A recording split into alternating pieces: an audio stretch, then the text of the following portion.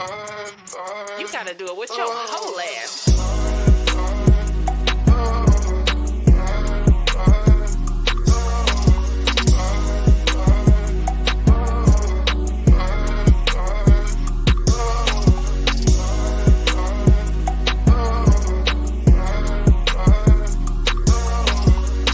This is the Phat Girl Chronicles with Leo Rochelle and the squad. You gotta do it with your whole ass.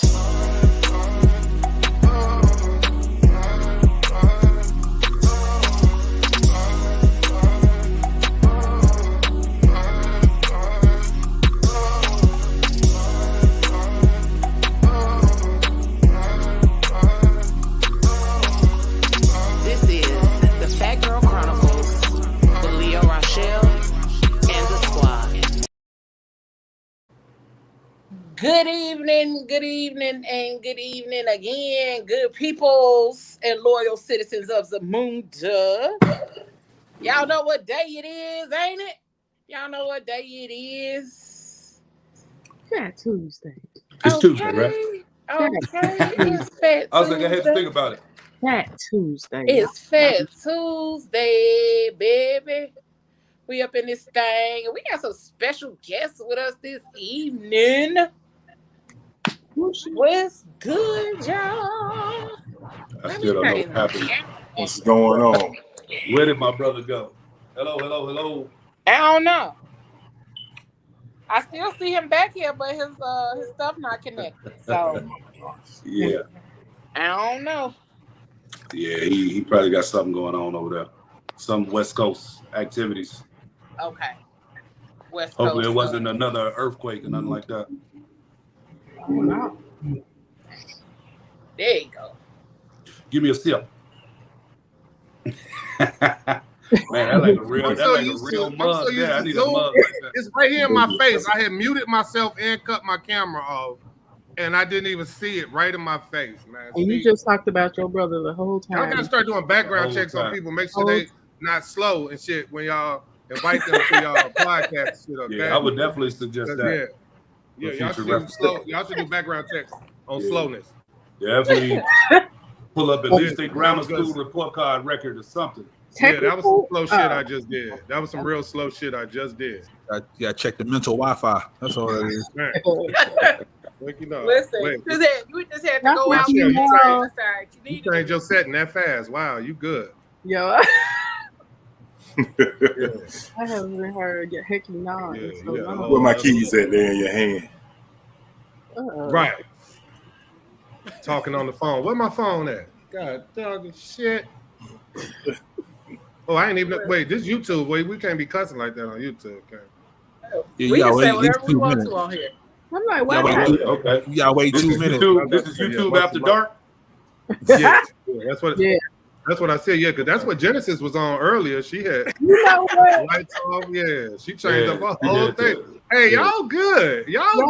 good. You different. Hey, She had a whole little booty. now that you mention it, She had on her now that you pajamas. mention it, she is kind of glossy over there. Yeah. You know what I She mean? had on a whole shirt and blouse and tee. I don't know if Not that's a tee or blouse. khaki. Brand new Yeah. earrings. What's going on? Ain't no Yeah, but brand she new had on a whole areas. onesie. She said, "Oh, we got some cute guests today." She drinking out of a mug. She used to drink out of a fucking Yeah, gallon you bottle. ain't What the fuck? where your She had body a at? whole onesie. She had a onesie on. She had a onesie on. There you go. I'm I sick. like That's that. why I got this mug of tea. Okay, don't do There you that. I go. still got my gallon. Oh, you Hydrate. sick? You Hydrate. sick with eyeshadow on and lip gloss and earrings? Okay, Don't I'm do it. 'Cause sick. I come on like this every I'm episode. sick. There you go, lovely. You look No, so I lovely think too, so. Rochelle. You We're look both- so we're lovely, both Rochelle. I love those glasses, Rochelle, by the way. Those are foxy. Those Thank are foxy. you. I had to take off my black ones because I looked like I was about to ask y'all did y'all Oh, you want to took buy off bean your pie. you took off your Oh, black shit, I ones thought you because was I got my talking black Pablo. ones on. No, I mean they were all black. The whole rim, Oh, the arm. I'm and glad he ain't got me in the bottom row though, because we I gonna was look gonna look like I three was trying cousins. to sell y'all a bean pie, and I didn't want to do that tonight. Gotcha. Oh yeah, So, yeah. yeah. Don't put me in that bottom row, All right. Leo. Huh? Yeah, You Don't should. put me in the bottom row. yeah, I'm gassy enough. Believe it. I What? done We made gonna it look to like, the we gonna look Phat like Girl who's who over Chronicles. here. Nigga, for real. You look like we should be interviewing your ass too. So Right. Y'all do look like y'all could be related. Y'all ain't know. Okay. I was Bruh, extra on South Side. Y'all ain't know. Hold on. Yeah. I was a stunt double on South Side. Y'all ain't know what was going on. Yeah. I want to see it. Listen, look at that. Wait, Look at guys, that. y'all in Chicago too? Or y'all somewhere else? Did we switch? Yeah. Like, That's crazy. Yeah, she put him at the bottom because he asked her not to be at the bottom. So she switched. Because y'all look like triplets across the bottom. Yeah. Yeah. Now, fellas, are y'all from Chicago too? No, I'm from Baltimore. Baltimore, okay. Hey, okay. I went to Baltimore, man. Stepped out my hotel, saw a dude going down the wrong way of the street, downtown Baltimore, and just sparks flying. Had a flat tire and was going about 40 with the sparks just flying down the damn street, man. That's not like it. That's like what they do.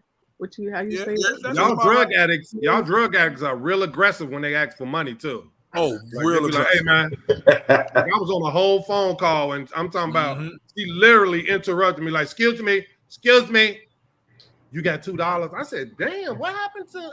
No, it said $2. He said you got $2. You get $2. You gotta get the polite ones that'll sit there and watch you on the phone the whole time. Wow. I got some good seafood though. You gotta pronounce that over there, by the water. Yeah, it was pretty cool. Yeah, you gotta pronounce that shit, bro. See, this time it's not our fault. It's not our fault. What happened to you? Right. Oh, hold on. The boss. What happened to the boss? It'd be like that sometimes. Ain't nothing but the devil. She said, "Hold on a second. I got to pay my podcast bills."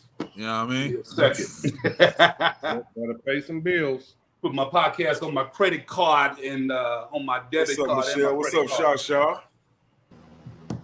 Hey y'all, welcome. Come on in the room. Oh, that shit go back.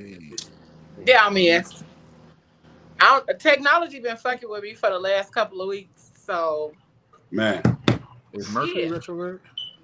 Okay. It's Mercury, all of them, 7 of them. Okay. Yeah. Wasn't it another one the other day?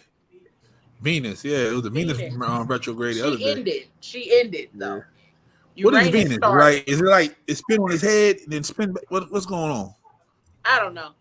They all doing some other shit. But anywho, let me do this intro so we can get into this thing. Right. It's your girl, Leo Rochelle, and we want to welcome y'all to another dope episode of the Phat Girl Chronicles, where we get all up in your business and discuss the topics that matter to us most each and every Tuesday, which we lovingly call Fat Tuesday, from 8 to 10 p.m. Eastern Time. And tonight, we got 2 special guests.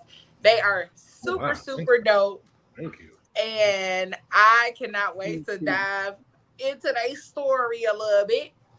But we got Twin Entertainment up there. Oh, I thought we were just going to be talking about fast snacks this whole interview. Hold on. Hold on. Okay. We can definitely get into a few fast snacks. You know what I'm saying? But we got Kareme and Quincy Young, or Quincy and Kareme Young. Which one's which, Leo? Which one's which, Leo?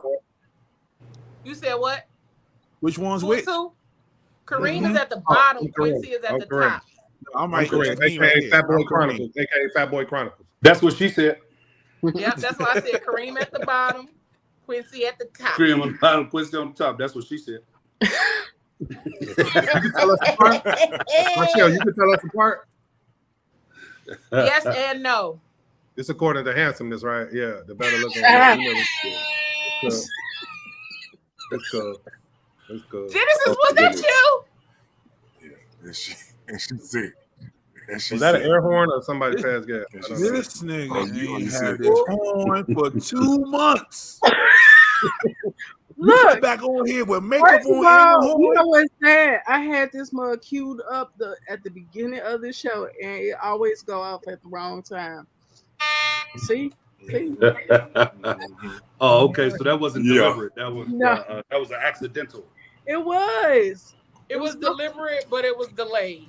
She trying to give a hint to y'all. Y'all can blow the whistle. Oh no! Wah, wah.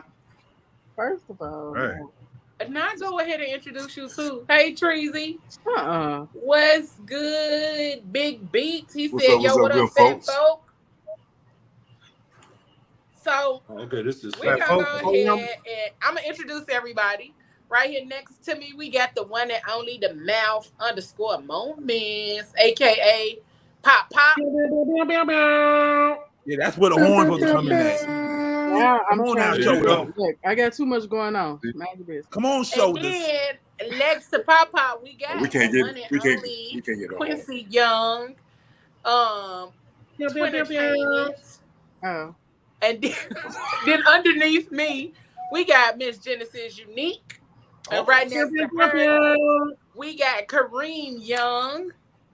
And then at the very end of the Brady Bunch, last but at not the least. very end of the Brady Bunch square, we got the one and only Pablo, aka Obi Kenobi. There you go. There you go. You was on time with that one. this shit What them is girls stressful. do? Look, this Better Yeah, is late than sugar. never. Better late than never. I'm done. Lord. There you go. All right. So, Good first job, and shoulders. foremost, we gonna get into the conversation and talk about a little bit about you guys, both of you all. So, The mouth and Obi Kenobi. no. Oh, okay. Sorry.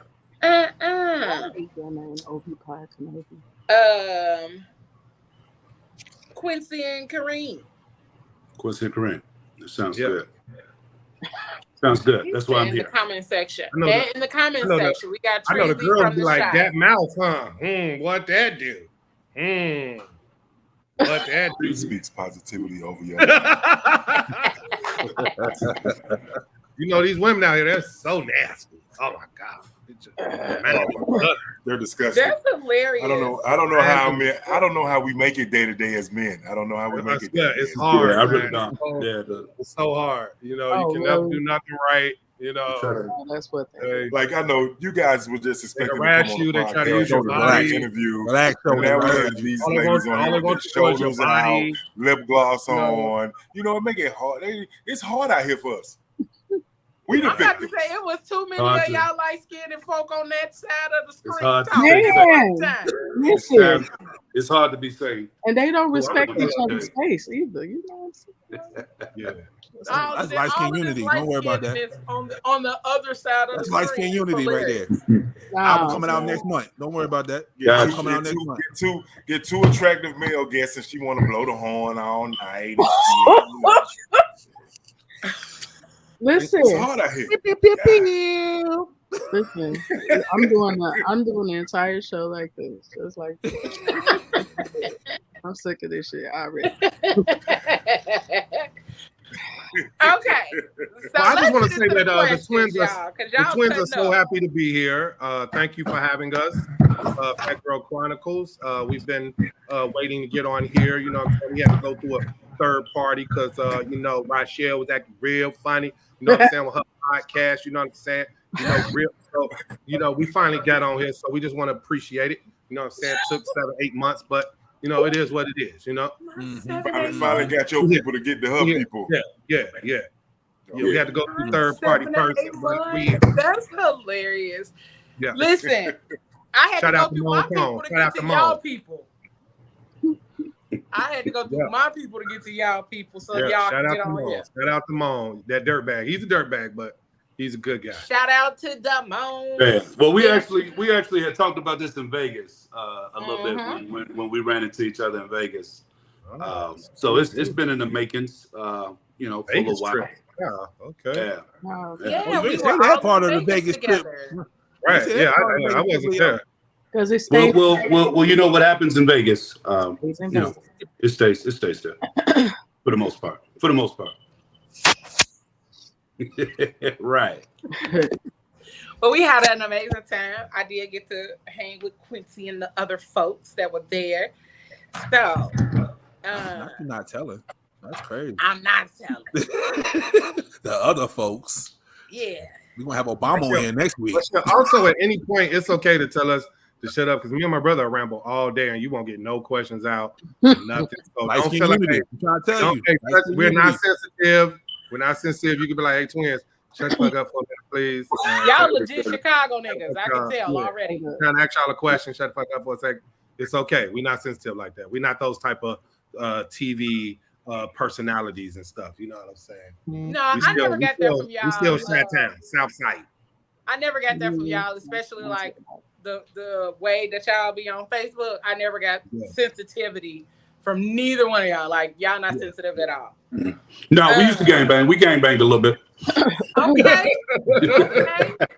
They didn't know which one they was coming after though. Yeah. We retired.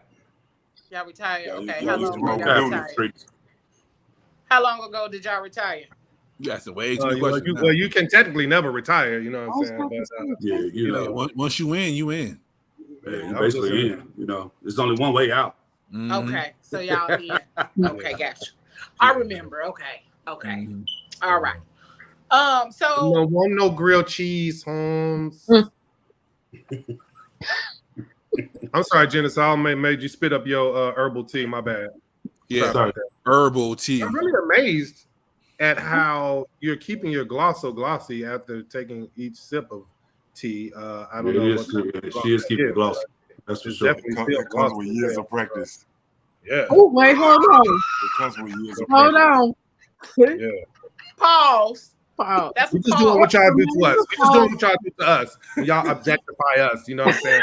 And you know what I'm saying? And just use us for our bodies and stuff. Leo, I see what kind of show this about to be. We're gonna have you just get a you on y'all. You just get a you on y'all. Okay. That's it. Ain't been this many light skinned folks on here at one time in a long time. Hey, nobody need their light on. It's enough light just from the face. You right. The whole screen. Listen, you are right.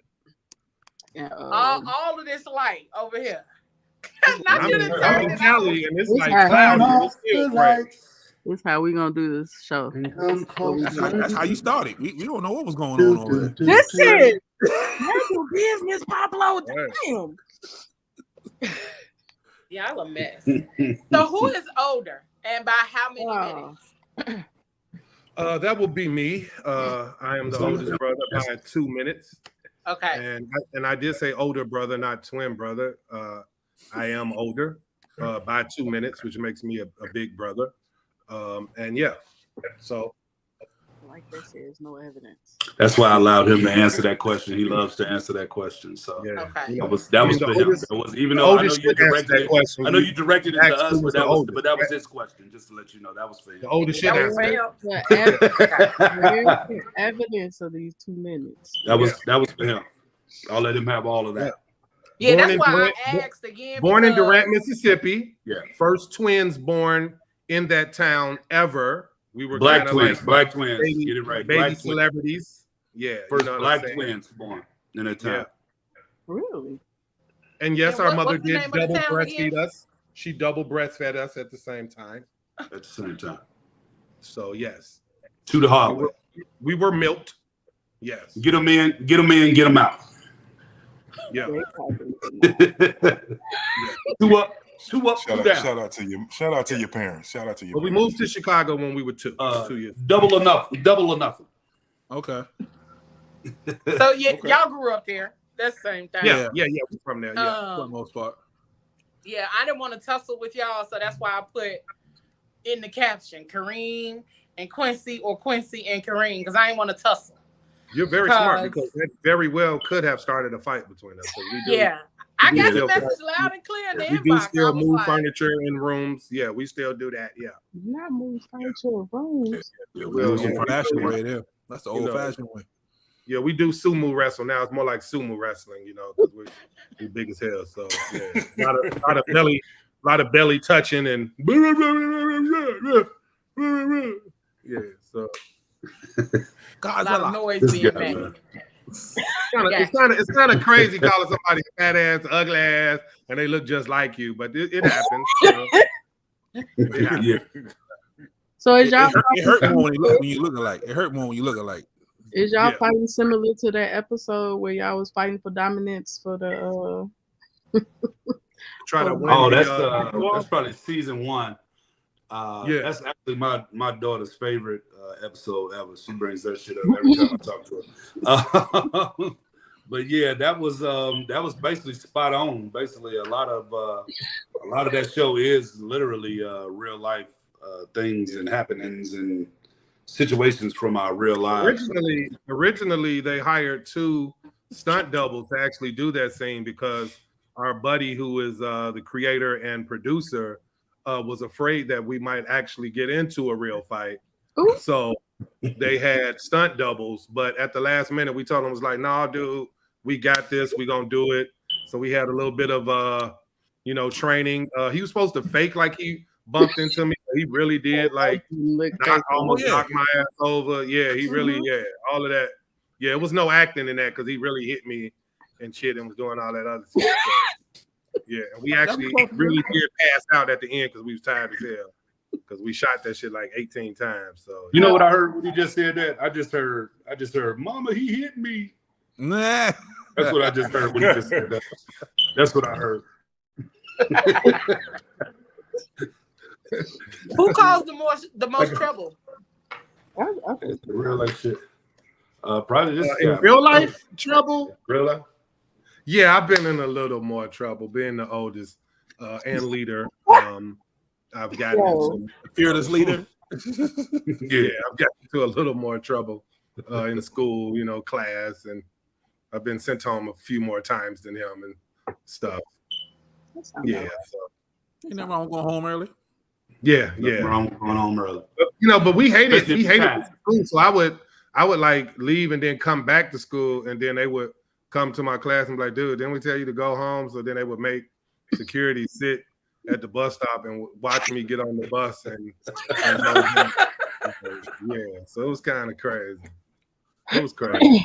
Like now, they said go home, nigga. Go home. Yeah, that's too much. I'm making you go back home though. I love it. No.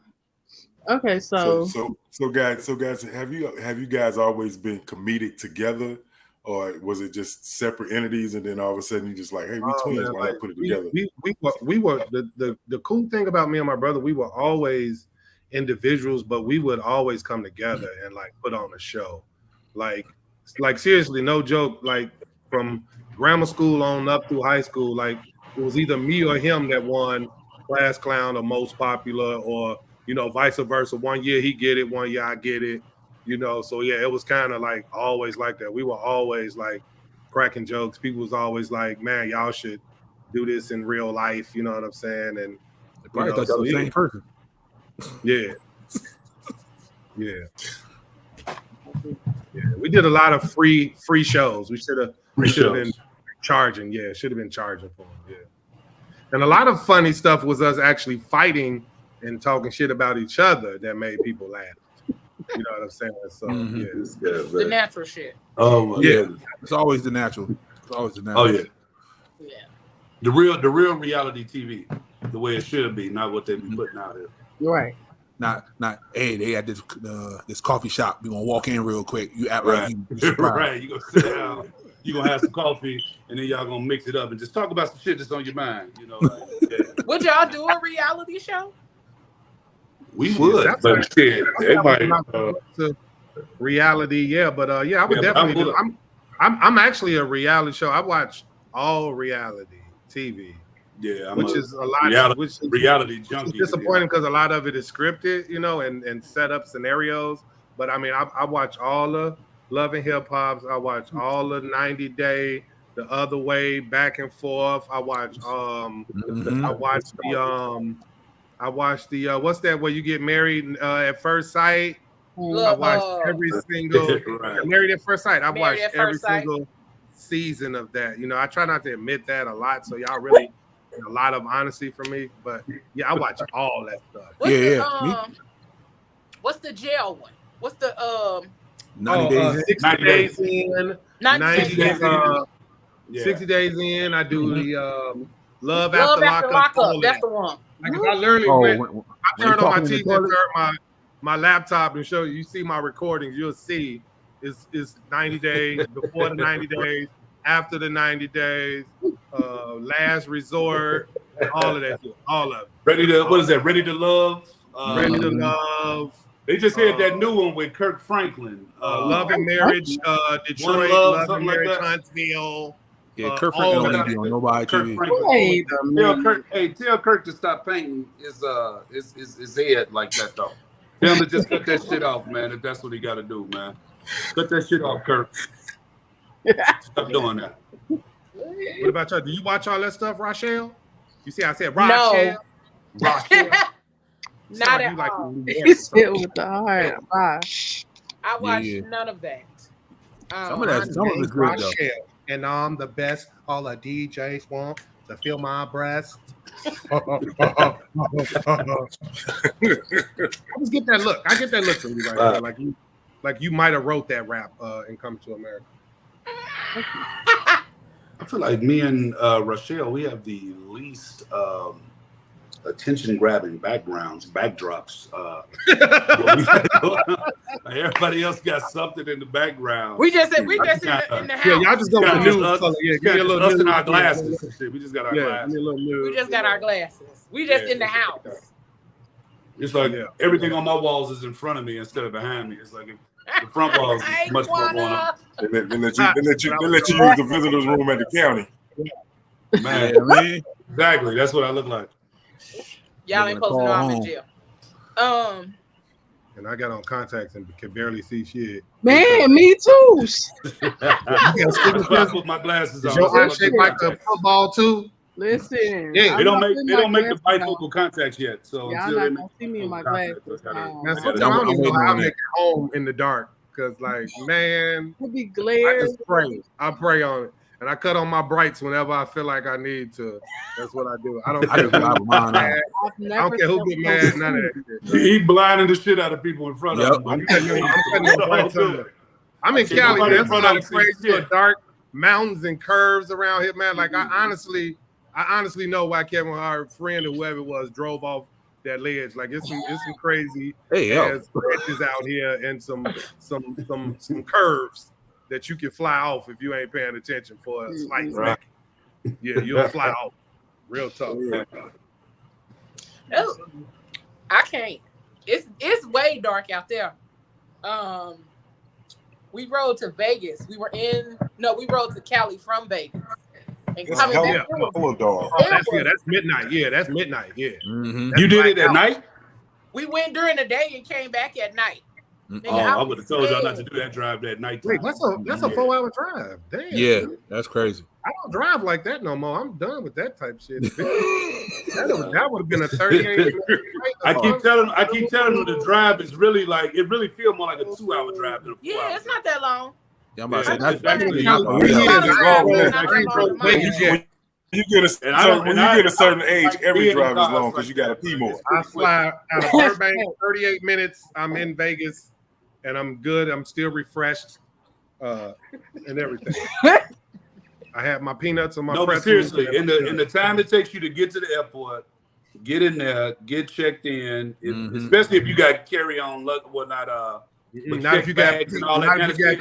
You can damn near drive from Vegas to LA in that time that it takes you to do all. Yeah. I got get on the plane, fly, get through the gate, get back in, go get your suitcase and all that shit. That's easily like 3 hours. The drive is full. Again, somebody drinking on the job. Was that Canadian Mist? Was that? What was that? Was that? Wait, it was the Blue Label. Was that Smirnoff Blue Label? What was that? That look like Smirnoff Blue. That's that special brew. Whoa, that's that special brew. She pull out every episode. We talked about this before you started the show. I thought you did the background check. Disgusting. I started to bring me a drink too. I should have brought me a drink. You should have. Wow. It's like Popeye when he eat spinach. She just pull that bottle out, and that's how she makes the rest of the show. Oh, this is how we get down. That's for medicinal purposes. Very Today, she's just trying to clear up her chest and throat area because she's sick. So she got company coming. That's all. Trying to get a little bit of that dark liquor and then help break that up. Man, that's what I need is a hot toddy. Yeah. I thought you were sipping in that cup. No, I don't have no alcohol. You was a lie. Look, Leo. Look, You you see, I look to the side. I'm like, nah. I got I'm wine. like, what's the point of you drinking tea and you sick and you ain't got no alcohol in it? I mean, damn. Wait, I can't have no regular tea. No. I mean, yeah, but if you like sick, you might well go Regular ahead. tea ain't gonna do nothing make you pee. Right, exactly. It ain't gonna do nothing make you sleepy and You pee. gonna pee. She ain't sick. That's that boo boo tea. She ain't sick. That's why I'm drinking water after it. That's why I'm drinking water after it, so it can work its way through. So I can go ahead and flush you out. Flush you out. That's what Get she all said. that bullshit out you. Mouth, you been coming for me since you got on tonight. What's up? What's the beef? Like, what we doing here? That's definitely Smirnoff Blue Label. Yeah. Hold on, Mouth. Mouth, are you from Chicago or where do you come from? Because we got Baltimore. I'm originally from Atlanta, but I live in Maryland. Okay, ATL and to Maryland. Okay. So everybody kind of around. Genesis, you in Chicago or you? Chicago is ish suburbs. Yeah, I mean, She's Chicago adjacent. right. You know, Hey, at least she kept it real though, because some people like, yeah, Chicago. That's Oh because, yeah, for real. What part? North, south, Wait, east, suburb. west. Wait. I'm Over there by Harold. Wait, what's your address? Tell everybody. What's your address? Lansing. Wait a outside minute. of Chicago, people coming for the suburbans when we claim, but No, but the suburban is cool. We all wanted to be from the suburbs, really, though. Hold on, wait a minute now. Better Are you from schools Harvey and the trying to better call it the facilities. suburbs? Wait a minute now. That's like everywhere though. no. You from Harvey or Dalton? Harvey is a city to me, but I'm from the That's woods. just south of the south side. That's all Harvey is. I'm from the But west you from suburbs. Dalton? Nah, Bellwood. West suburb? West suburbs. Okay. Oh, you I out claim the west side. She got the west. She the west side. Bellwood. Oh wait, she in Aurora. Yeah, that's where I she ain't is. no. She in Aurora. You from She out Aurora? there Your selling people hubcaps. had money. Your people had money. Selling cocaine. Y'all play too much. Oh, y'all had 2 bathrooms. Oh, okay. They had 2 bathrooms and a guest bathroom. 5 She bedrooms. in Maywood, west of the west side.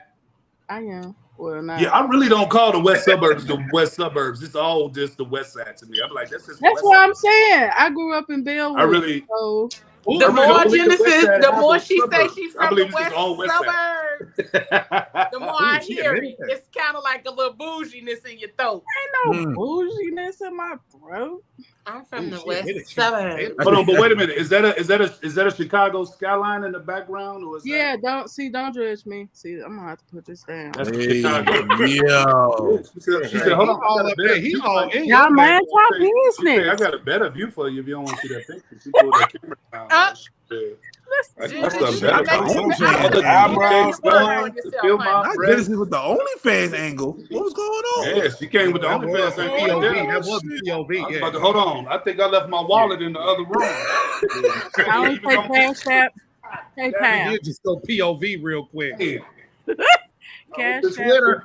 and A PayPal. free trial or something. Yeah. I'll sell it to you. You ain't gotta pay no fee. Ooh, Right. smart man. Yo. Y'all That's dumb. what's up. Okay. Anyway, Uh-oh. Get all your corn. Another question. Here we go. listen. Okay, hold on. Let me get it. Okay. When did y'all get into acting? I know y'all got into acting in different years. Well, we got into acting like our whole life. We've been acting. I used to watch. I guess I could say my age. I'm a 70s baby, late 70s. And just that era from going from black and white to color TV. Growing up with a single mother. A lot of us. When you was in the house, you watched a lot of television. So it was the Give Me a Breaks. It was the the Different Strokes. And I used to watch these shows and always just fantasize about being on TV. You know what I'm saying? So I always had that in the back of my mind my whole life. But then, growing up in Chicago, in the hood, a lot of those dreams aren't fulfilled, or you don't follow through with them because there's so many people in your ear saying that's crazy, that's stupid.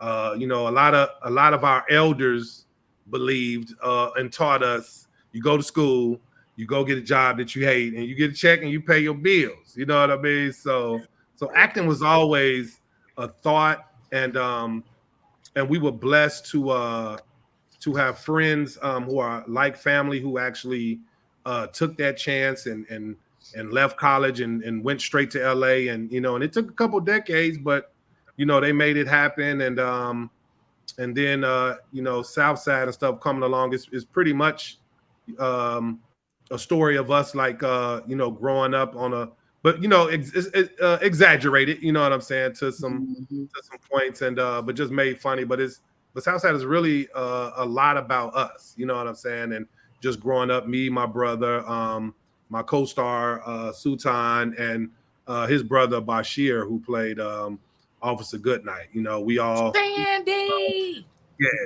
Sandy. So we went to high school with Sultan, and Bashir went to Whitney Young. We went to Chicago High School for Agricultural Sciences. I said the whole thing. We call it Chaz, but that's the whole name. Down the street from Morgan Park High School. And that's what we just kind of always honed in on our craft. And then I'm gonna give it over to my brother for a minute so he can have something to say. Not you being that good, Abel. Permission to speak, though. You may speak, twin brother. You know what? I was waiting. You for may my, speak. I was waiting. You may for speak. My, You may speak. It's okay. I'm sorry. I think the question was answered. If there's any future or relative questions, I wouldn't mind jumping in and having something to say. Yeah, but the answer to that question is about what's this 2023, around like 2016, 17. That's when we kind of got into acting professionally.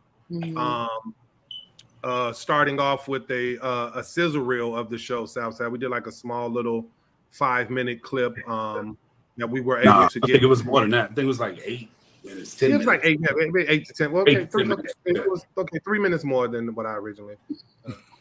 Well, I mean, you was born 2 minutes before me. You're right. 3 minutes makes a big difference, just like 2 minutes makes me your older brother. You're correct. So, so about 2016, 2017 is when we started honing in on our craft, taking improv classes. Well, we started that after we did the sizzle reel. We started taking improv classes up north at not IO. What were we at? IO Theater or Second City? I think Second City. Yeah, no, we weren't at Second City. We were at IO Theater. A lot of other people went. We was IO. Yeah, a lot of people go to Second City, but we was IO. Yeah, we went to IO Theater and we did that for about maybe like 4 months for like 4 hours every Sunday. We just kind of just worked on working with props, working without props, working on scenarios, freestyling, all of that type of stuff. So we already naturally, like a lot of people are already natural actors, and acting is really nothing. I'm telling you, it's serious. It's really nothing but making the character yourself. Like you're not becoming the character, you're making the character become you, pretty much. So when you see somebody doing something, that's them basically putting their heart and soul into it. Because when you get a script, I mean, it's nothing but words. You know what I mean? So, and especially doing comedic acting, it's nothing but words, and you have to put that extra stuff on it to make it funny, to make it believable, and all that other stuff. So, pretty much. I hope I answered that pretty good. Sometimes when I'm explaining stuff, I get into my very professional type of voice. You see how I took all that ghetto out and shit. Took all that ghetto out real quick, and answered it like Professional. Bravo, NC. As twins, I know that with twins, there's usually like an identity thing. Do you guys find it hard to distinguish your identities or your characters within acting and outside of acting? No, people who know us apart. There's no doubts. It's no, I'm finna go try to sleep with your girlfriend because she ain't gonna know it's you. All that kind of stuff. Like, people that know us apart. It has happened. And they know just personality, speech-wise, I mean, whatever the case may be. It's only a few that get it mixed up sometimes and stuff like that. But we have definitely got our own personalities. That's for sure. We are twins, but probably less alike than anybody else that's sitting on this podcast right now. We are totally different, totally separate entities. Yeah, like we sound alike and stuff, but we act. We act. They came from the same egg. We couldn't be any more different. Classic. I'm a little more rock and roll. You know what I'm saying? He's you know, the violin. I'm more of like the trumpet or, you know, snare drum. You know, and it meshes well. It meshes well in real life and on camera. You know what I'm saying? Violin. So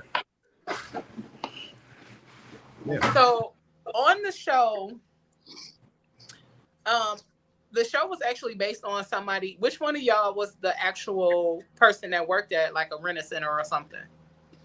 That was myself. Okay. Worked there for longer than I'd like to admit, but I mean, it paid the bills, and like I say, I mean, basically a show came from it, because that's the backdrop of the show is working with the rent-to-own store. Which is where I kind of came in with the history and the stories about that, which is what kind of made it crazy, because I had like these crazy stories from working at a rent-to-own store and on the south side of Chicago at that. And it was just like hilarious stories after hilarious stories. So I used to share a lot of that with our boy Sutan, the one who plays the Simon, the main character on the show. And he was looking to change some aspects of his life. He was tired of doing what he was doing, the 9 to 5. He wanted to do something different. He had a conversation with his brother, Bashir, who is, you know, Sandy on the show, Good Night. And he told him, like, dude, shit, write something. And so with a lot of the stories and shit in mind that I had told him, he started writing the script, and it kind of just leaned towards that whole rent-to-own environment with the craziness and the stories. And then, of course, you know, his brother saw it and he loved it. And, you know, he put his whole Harvard fucking thing on it. And also with his Harvard buddy / writing partner, who was also a part of the show, that plays the alderman. You know, he put his thing on it as well. But it was just amazing that those two talented individuals, Bashir and Diallo, like I said, they've been working in Hollywood since college, since Harvard. I don't want to just say college. Since Harvard, should I say? Pre-med. They've done a number of different things. It was pre-med. Come on, pre-med. And stopped in his junior year. It was just dope that when you know, when our boy Sutan gave him that script, that they actually, you know, he had a meeting with Comedy Central, and that's the script that they gave him. They could have gave him a number of different ideas that they have, but they believed that much in that story and what it could bring and what they could do with it, that they actually presented that to Comedy Central, and Comedy Central loved it, and, you know, essentially picked it up and, you know, took it from there. It was kind of, it's basically like the equipment. And, you know, I give my boy Sutan a lot of props. This is the first thing that he's ever written, and it became a 3-season television show. To do something like that is almost like the equivalent of buying a Powerball ticket and being like the lone winner of that fucking $300 million Powerball. It's basically probably the same odds as getting your fucking script heard in Hollywood and actually winning a fucking Powerball. So it was nothing short of amazing, actually, just the whole, the way everything started, the way it happened. You know, it's great. I believe we should have had 6 or 7 seasons, but, you know, that's the way this shit works. But that's basically how, you know, everything got started as far as the show. And then, of course, it was just can I come in, brother? Can I come in, lives together. Oh, sorry? Is it okay if I come in, twin brother? Well, yeah, give me one more second, because you've had a monopoly of the conversation. That's true. That's but then, like I said, you know, that turned into just, you know, a lot of bringing in.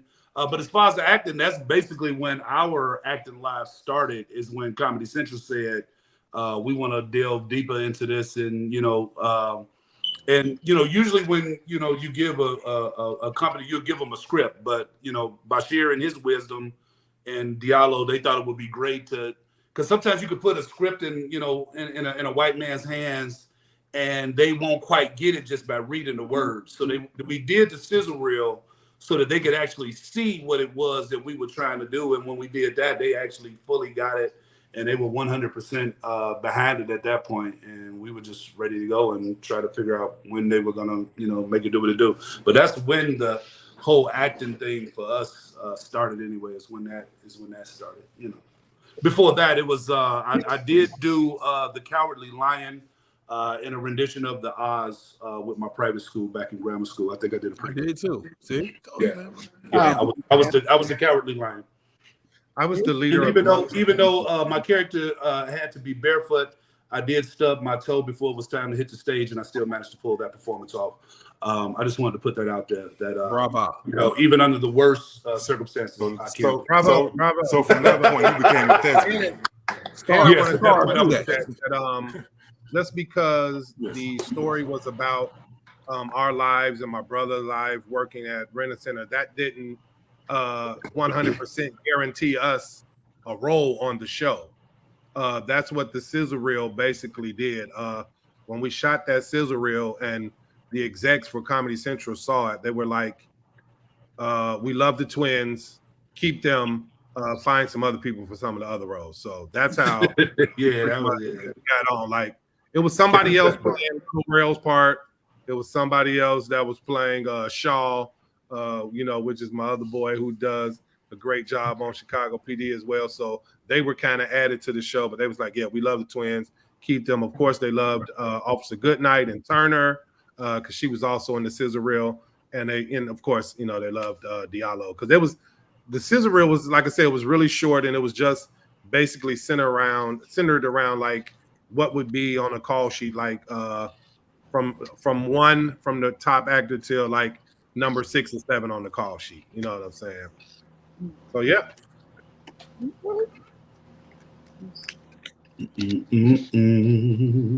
Yeah, that was it. That was a long-winded answer, but yeah. Wait, look, I was pausing. I'm like, maybe there. Well, I mean, we got some time. So it's seriously that long and that's deep. Everybody, that's another thing I try to tell a lot of people because people automatically think that this stuff goes very quick and it's a fast process. Like from sizzle reel to actually shooting a pilot was actually like 2 years. And then from shooting the pilot to them saying, okay, let's do a season was like another year and a half. So this whole time you're literally in limbo. You're going back to your day job, and and you just you're anxious, you're nervous, you're not knowing, you're thinking like, yeah, it ain't gonna happen, and then you get that call, and it's like, yeah, get ready to go. Like it's literally like that. There's no warm up to it or nothing. It's basically you get that call like, hey, in a month and a half, 2 months, get ready. Like we about to shoot. Get ready, just like that. So some shows may go quicker, but our process like really took about almost 3 years to like actually shoot a season from shooting and that then original sizzle after reel. season 1, COVID freaking happened, so that pushed us back a whole nother year for season 2. Okay. But during that time, we got picked up by HBO Max during that time, which was cool. Shouts out to HBO bigger audience. You know what I'm saying? Major network. But I really appreciate Comedy Central because they gave us that original break. Yeah, they were trying to dope.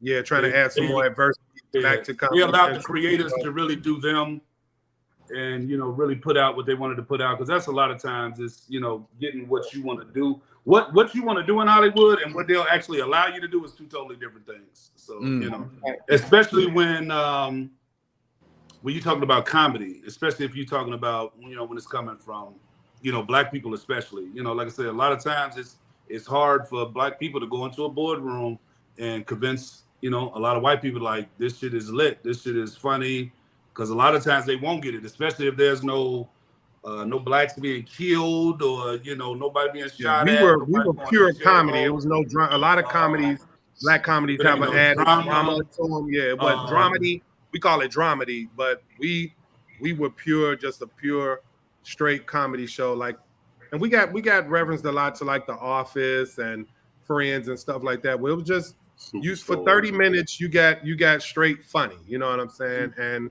it was a relatable to a lot of people in Chicago. But like, I've been in the airport and met people from all over. I mean, I've been to San Francisco. I've been to Baltimore. And people walked up like, man, dude, like they relate with it so much because of the writing and where it came from. You know what I'm saying? Like FUBU, for us, by us.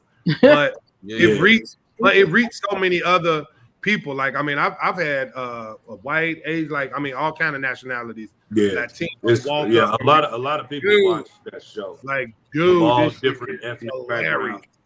I had a white woman walk past me downtown, and I'd never in a million years would think she watched the show. I didn't even think she would recognize me because I was just looking like whatever walking down the street downtown. I think I just wanted tacos or something, and she just walked past me and just was like, "Love the show," and I was like, "What? Like, what did you say, pretty woman?" Like, and she just kept walking. But I'm just like, damn, like she watched the show. Like, okay, anybody ever walk up to y'all and be like, being on I'm not gonna lie though, that's what being on HBO Max did. Season 1, we did the show. Might have had one or two people like, oh yeah, I know y'all. But after we did season 2 on HBO Max and we came back to film season 3, it was like getting off the plane and going downtown and motherfuckers like, oh shit, like I know you motherfuckers like, whoa, like, you know, it was crazy. And I'm not talking about just black people. I'm talking about black people, white people, Latinos, Asians. It was everybody. And it was crazy because I was telling my wife, like, man, like I'm in town and like I can't go nowhere without nobody knowing who I am. Like, and she was just like, yeah, oh, okay, like that's nice. She came into town to see me. She got to my place where I was staying. We put her stuff in the room. Was like, yeah, let's go get something to eat. We walked out of the hotel downtown, and I didn't get 5 steps before a brother walking down the street stopped and was like, dude, motherfucking show, man. And she was like, wow. I was like, that's what's been going on since we got back in Chicago to do season 3. Like it was nuts. It was just like, damn, like, you know, and it was just lit from there. But yeah, HBO definitely took it to a whole new audience, more people. We never got the media that we should have got for the show. And like I say, shows like ours not gonna get it. You'll see us on the side of a bus or down there on the L platform or something like that, but you're not gonna see us in the commercial. You know, we're not gonna have a commercial spot during this or that. I think they did air us when we were on Comedy Central. I think they did do something like during a Bulls game or something like that. But that was for Chicago people. I'd have rather been during like a Knicks game or some shit like. But that's the thing. That was a beautiful part about our show. Our show grew to what it was basically off of word of mouth. Like motherfuckers seeing it and telling 5 people, and them 5 people telling 5 more people, and them 5 more people telling 5 more people. To it just kept going and kept going and kept going to it's people right now that's still shocked. Like, wait a minute, the show got canceled. Like, wait a minute, what the fuck? When did that happen? Like, I was mad as hell. I've been sitting here waiting on another season. Like, it's people waiting on another season. We blew up on Black because they don't even know. Because they don't even know. And I feel the bad. most relatable show. Because you know how it is with your favorite show. It's like you be waiting on your favorite show, and then if you ain't even know your shit got canceled, it's like, wait a minute, what the fuck did that happen? Like, right. But I want to know to people too, like, let's not get it twisted. Like, we did get canceled, but the average, just like the average player in the NFL's career is like 2 seasons, 3 seasons. Like, right. You get three F seasons of a show in Hollywood, you have done good. You have done very well. So I still, we still 100% on Rotten Tomatoes. Right a lot of shows that don't even happen. Yeah. I mean, look at Lovecraft Country. Look at Lovecraft Country. Yeah. One season, they got like 32 Emmys and only got one. Yeah, that's a lot of it is the Hollywood, the business. Like, just because you get canceled is not necessarily because nobody's watching. Because we had millions, we were top. But a lot of times it's business. It could be a number of different reasons. It could be because they want to put more money into a new show that's coming out. They want to do something with this. Let's go in a different direction. So you got to have tough skin and not take it personal and just try to move on.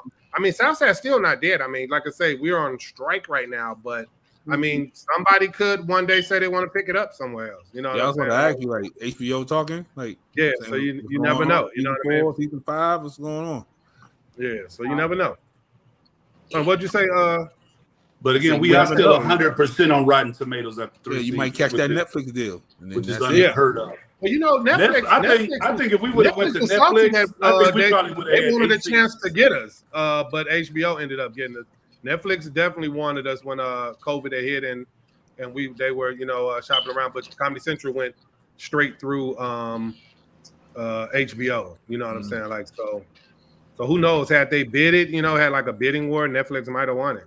So yeah, it's crazy. Like you hear all of these different networks and stations and different channels and all of that shit. They all owned by like 3 of the same fucking companies. So it's like you're not. You CBS, really messing with the same shit. Disney, you know what I'm saying? It's not that many real options out there to freaking begin with. MTV, VH1, all of them, all that BET, all that shit owned by the same people. Yeah. All of that stuff owned by the same people. Country music, they owned by Viacom, and then Viacom was bought by CBS. You know what I'm saying? So everything is like just big umbrellas. Everybody is under somebody, owned by one big conglomerate. You know what I'm saying? Disney is one of them. Netflix is one of the big boys, and that's who we're on strike now. So those are like 3 of the main people that we're looking to try to get some type of a better contract with and stuff like that, especially in the streaming world, which is changed the worst. Television dramatically because people aren't really getting paid off stream. That's why the writers are on strike. Nobody's making a shitload of money but the networks, and that's why we're on strike right now, trying to get that fair shot. I mean, we did Comedy Central, and then we've been on HBO. I mean, I haven't received a single residual. Yeah, I haven't received a single 3 seasons because now my lawyer's like, you got this. They say it's something coming, but they don't know when and what that'll be because right. That's those checks everybody been complaining about. They come in the mail and they be for 5 cents, 3 cents, 5 cents. 13 Another cents. thing a lot of people don't know the average. This is another thing too, please, because people automatically think that you are rich and you got it.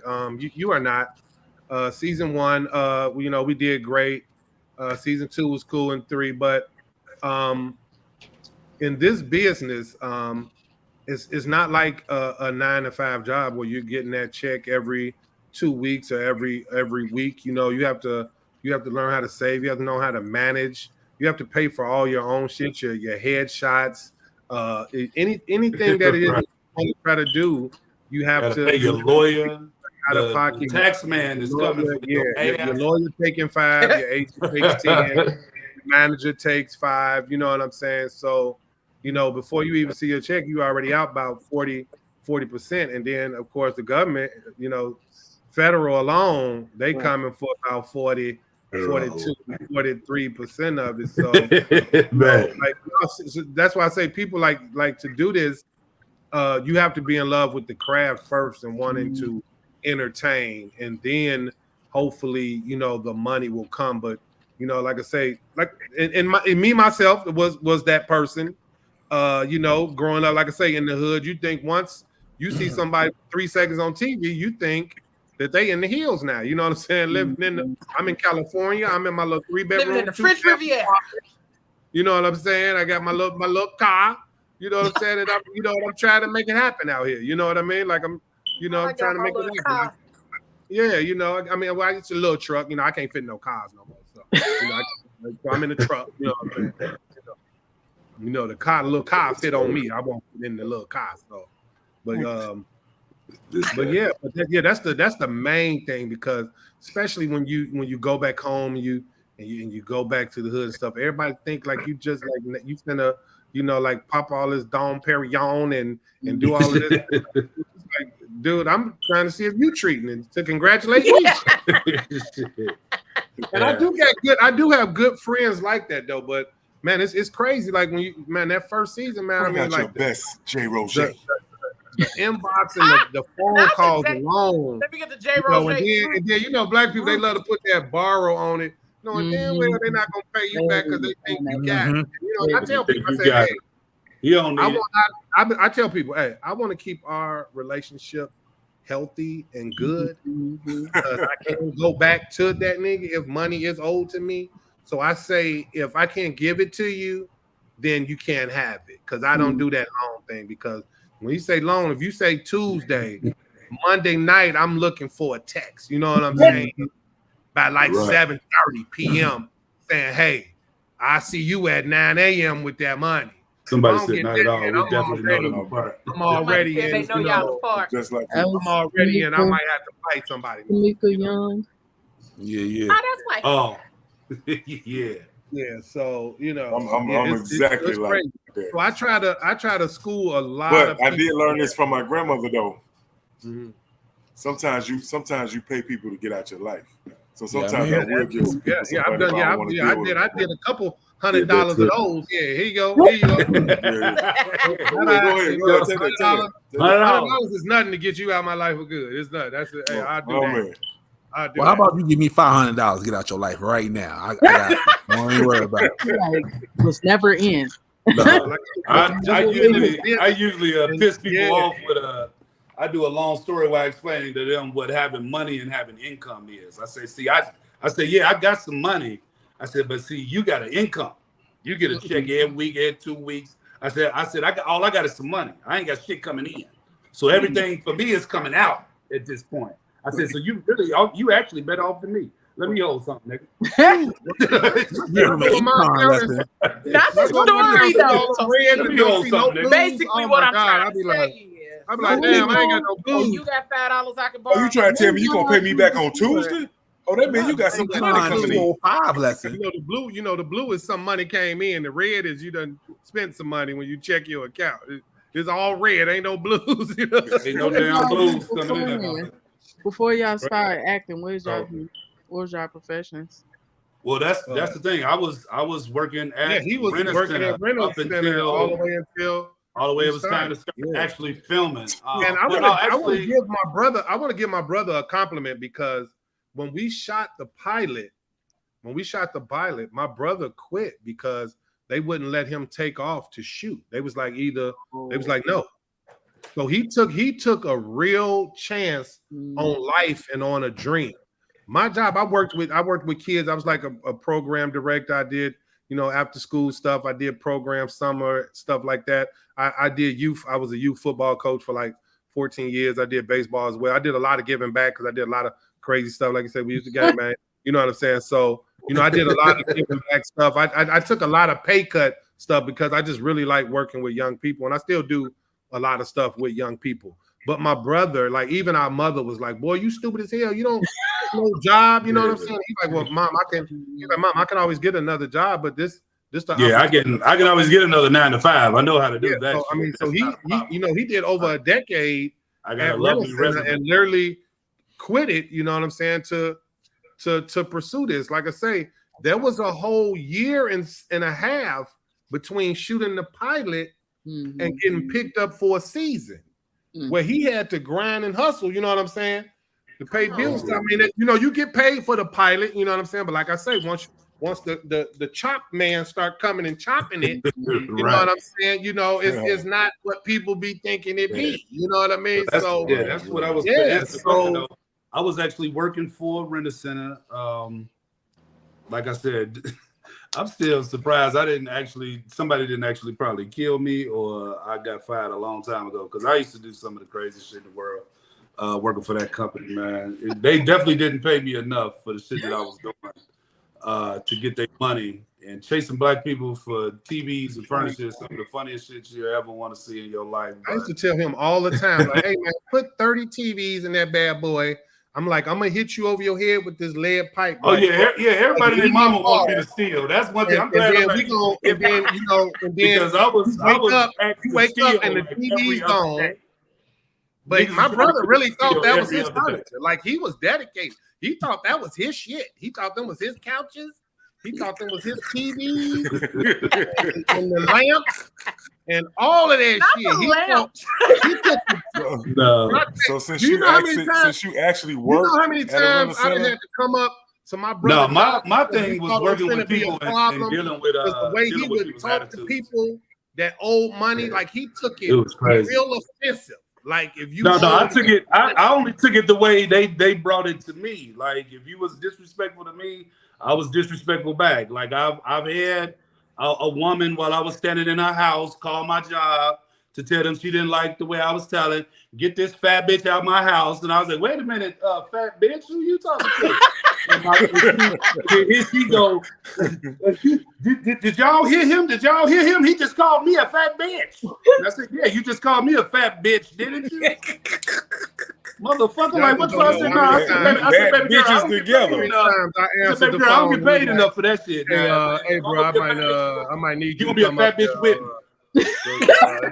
Might be a couple. They would say some slick ass shit over the phone, and I would be like, "Well, yeah, fuck." So you was and like, they'd be like, "Wait a minute, you customer service? You can't do that." I said, "Yeah, I'm customer service, but I never said I was good at this shit."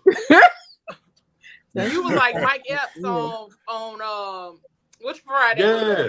When they cussed out the old people. Yeah, I used to do crazy. You gotta get your old ass up off this motherfucking corner. But see, it was always an urgent thing. Not that I wanted to, but if I wanted to keep my job, you had to get paid. You had to get these people to pay or get that shit back. It's a numbers-driven company. So it can't just be nobody that you rent to ain't paid and you can keep your job. That's not how that shit works. If they don't pay, you don't get to stay. So I would get inventive with the shit I had to do. I would ring your doorbell for 5 minutes straight till you came to the door. A lot of people would come to the door and want to fight until they saw me, and then it would just be like, they would come out ready to fight, and then they would see me and be like, man, why you ring my doorbell that long? And I'd be like, because nigga, you in there watching the TV that I'm here to pick up, nigga. Unplug it, nigga. It's time for it to go. Unplug it. I would cut your Christmas lights. I would take your wreath off your door. So you did the show for 3 seasons, right? About the show where he had one job that he had for a long time. Correct. And like my character with Simon, we kind of jumped from hustle to hustle, job to job, and that's how I was in real life. Like I was a mailman for 4 years. I used to build playgrounds. I did construct. I built playgrounds for the Chicago public schools through a program called Playground Pilots. Like I just did some of anything, man. Like I would leave and just task and be on to something next, and that's kind of how my character was too on the show. That's why I say a lot of the stuff that you see was like real life stuff. Me being the serious store manager was what my friends thought that I would be best at, to come with that dry comedy, that humor, that what the fuck are y'all doing? Let's get it together mentality and shit was basically because he always think he's somebody daddy and somebody boss. So his character on the show fit him perfect. It was nuts, but it was crazy. 3 years y'all were doing the show. Did you ever like come back to Chicago or somebody? 3 seasons. So each of them seasons take a long time. No, I was trying to tell him that because he said 3 years. No, them 3 seasons was like a stretch of between like 5 and 6 years. 5 and 6 years. Yeah, because like I said, you had COVID. That's what I mean. 3 seasons. Yeah. When you came back home to Chicago, did anybody recognize you and be like, "Yo, I know you from the show, but I remember you sold me you remember we can't pick up my TV, nigga? You remember you can't pick up my TV from my house?" Yeah, it was definitely a few of those. I still actually talk to some of those people. Some of those people are still friends of mine and everything. Like I say, the people who knew not to take it personally what I was doing, we were cool. The people who would act like I was doing something wrong for coming to ask you to pay your bill for the shit that you asked for, those are the people that I had a problem with. So it's still people like that I talk to this day. Yeah, like I say, it's crazy. I still talk to some of those people that I actually used to rent to do business with. Kicked it with them and everything. They come out here to Vegas and hit me up, and we'll get together or something like that. So yeah, it was those people. I had one customer who thought I was a bitch because he heard me listening to some rock and roll in the Rent-A-Center truck one day. He saw me pull up to the store and I was listening to rock and roll, so he thought I was a square ass nigga, like I was a lame because I because I like the little rock and roll music as well as hip hop and shit like that. And I had to fuck his ass up one day because he got to talking crazy to me on the phone. I was like, hold on, dude, like, what the fuck do you think this is? And then he ended up, instead of him getting on some gangster shit with me, he came to the store one day and seen it was like some big wigs at the store and went and told on me to the big wigs from out of town and shit. And they didn't even know that they had all already heard about me and how I get down. And all they ever told me was don't get caught. Nigga, don't ever get recorded. You ain't got no business saying don't ever get caught on no cameras doing what you doing. You wouldn't make it nowadays. And go get that money. You wouldn't make it nowadays. He took that serious, man. Yeah. Well, I take pretty much everything I do seriously. Shit, I don't care if, goddamn it, I'm shoveling shit. I'm gonna be out there showing y'all how to do it. He's the man.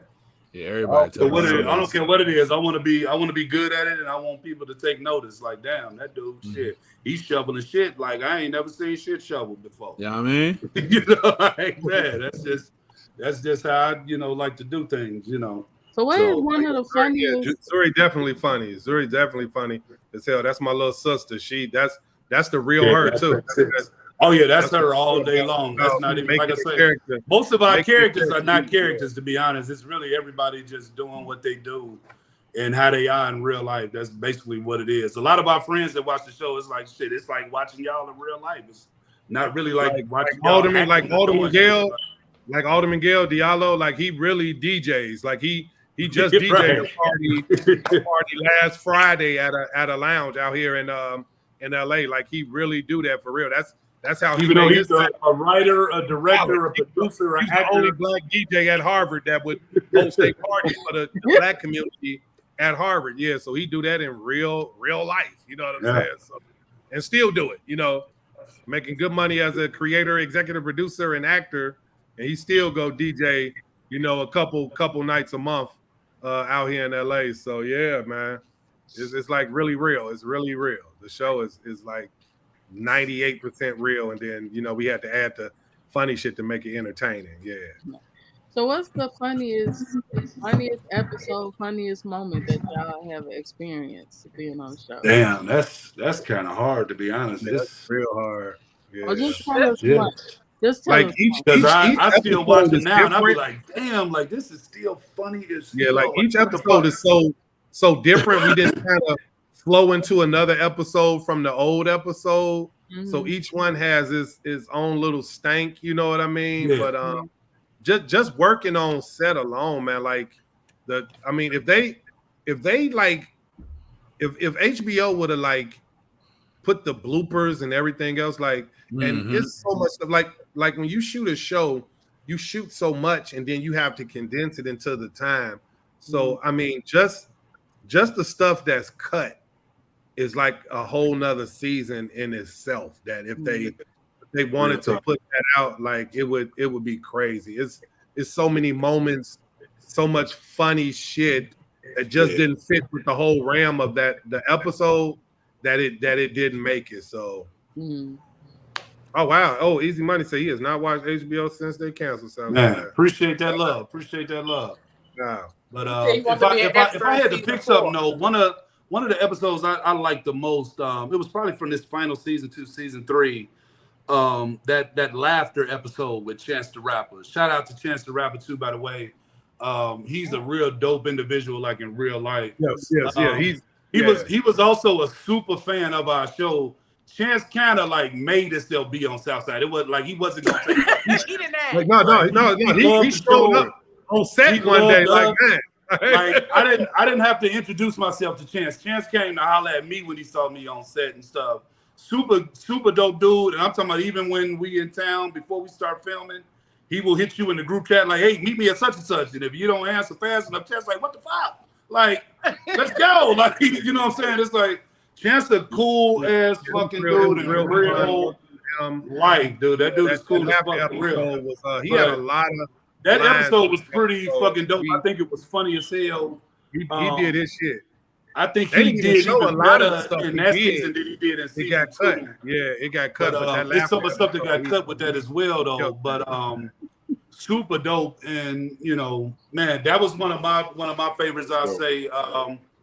probably Lil Rel in that episode in season 2 with the storm and the play. The storm. That dude, Rel is so fucking dope too, man. He a funny dude. He one of my favorites. He's one of my favorites. I actually made Lil Rel laugh season. Was it this last season? I think we were going to one of our castmates. She had a birthday party, and we were going to the party. And I got to the party, and Rel came in probably like a couple of minutes after I did, and so you come in and you speaking to everybody. So he came in 2 minutes behind, so he's speaking to everybody. And when I finished speaking, I went outside by the pool just to get some air real quick. And he came out 2-3 minutes after I did to do the same thing, get some air. And I remember looking at Rel and just thinking like, damn, this dude done got small. And I don't know what the fuck baby said. But I said, hey, Rel, can I get all your old big clothes? And that nigga just stopped and like laughing. I said, nigga. I said, man, whatever you doing, bro, you fucking killing it, dog. Because he little as hell now. He little Rel for real now. He not little big Rel no more. So that kind of stopped him. He was just like, there. He just chuckled like, what the fuck? Yeah, Rel is dope. He out here in LA. I see him. I said, can I I have your old big clothes and stuff. We always look at each other and laugh and stuff. Yeah, he's super cool. But Rel be cool. Rel be in the zone though too. When Rel working, he like in the zone. He'll give you a hey and what's up and stuff like that. But that dude's so busy, man. Like shout out to another Chicago cat that's representing and doing this fucking thing. That dude be busy, man. When I talk to Lil Rel, he be stopping in to do our shit, but then he be having like 2 more shows and 3 more movies to do afterwards. His ad libs when we acting as off the chain. His ad libs is fucking stupid though. His ad libs is fucking stupid. Like his ad libs so cold that sometimes they be like, "Hey, Rel, let's shoot one exactly how it's scripted," because he will. right. And that's the thing when you acting, you get to it all depends on what kind of show you on and the director and stuff like that. Southside had a lot of freedom to showcase who you are and stuff like that. So you were able to do some ad libs, make some change, put some stank on. But one thing you always have to get takes of what's originally on the script. Like what's written. You got to do that. The thing that was so beautiful about season 1 is when they aired the first like little commercial or preview, the whole preview was ad libs. The thing my brother did with the pat the head all the way down or comb it all the way out, that wasn't scripted. He that was an ad lib that he did, and it made it into the commercial for the show. So I remember we got a call and the show itself. So. I remember we got a call from the director, Michael Blyton, who I love to death because he's a director that literally takes you to the side and lets you know, I'm here for you. I'm not gonna make you look stupid. I'm gonna make you look the best that you ever looked in your life. And being a first time actor on a show and doing that, it was so great to have a director like that. But that whole commercial was pretty much the ad libs. So he literally called us and was like, do you know how cold this show about to be if all the ad libs made it to the commercial and they ain't even put none of the script in it yet. You know what I mean? So he was like, dude, this is finna blow up, so yeah. And shout out to when we talk about ad libs, quick shout out to Nefertari Spencer, who plays Keisha on the show, and Zuri Salahuddin, who plays Stacy. They ad libbing is so fucking ridiculous. They would literally let them riff for minutes and minutes and minutes. Those two can go back and forth all day if you fucking let them. You better stop them because they can do that shit all day long. They will just rip and go off each other. And Neff is super dope too. I don't know if y'all familiar with Nefertari Spencer, but really love her. She's a super dope writer. She probably writes for every single award show that you can think of. I'm talking about everything from Soul Train fucking award show to the fucking Oscars. She's been on them all. No, I don't think she wrote for. I think that's the only one she didn't write for. I think she was just on the Oscars, if I'm not mistaken. I'll double check with her. But I think she did just do the Oscars not recently as well. Super dope, talented, funny. And she also doing her acting thing as well. Nefertari Spencer. Zuri also, that girl is so freaking funny. So she was one of the writers on the show. All the writers Russell, who plays Officer Turner, y'all already know how she get down. She is a absolute, man, insane when it comes to the ad libs, the just crazy shit off the dome. Bashir, I'm not gonna lie, the first scene I ever shot with Bashir, I was a little intimidated because He is nuts, man. And some of the shit that comes out his mouth. We were doing a scene in the cafe during the laughter episode. That's what I say it's one of the funniest because it's some of the craziest shit that I can remember. And the alderman is supposed to be like looking for his cat, and he's on the phone, and we all on the phone with the laughter in the cafe talking shit like, yeah, and he's like, yeah, where's my cat? And my shit just jumps in like, yeah, he wants his pussy. And it was just like, that's just like, and trying to stay in character with those two together is like crazy as hell.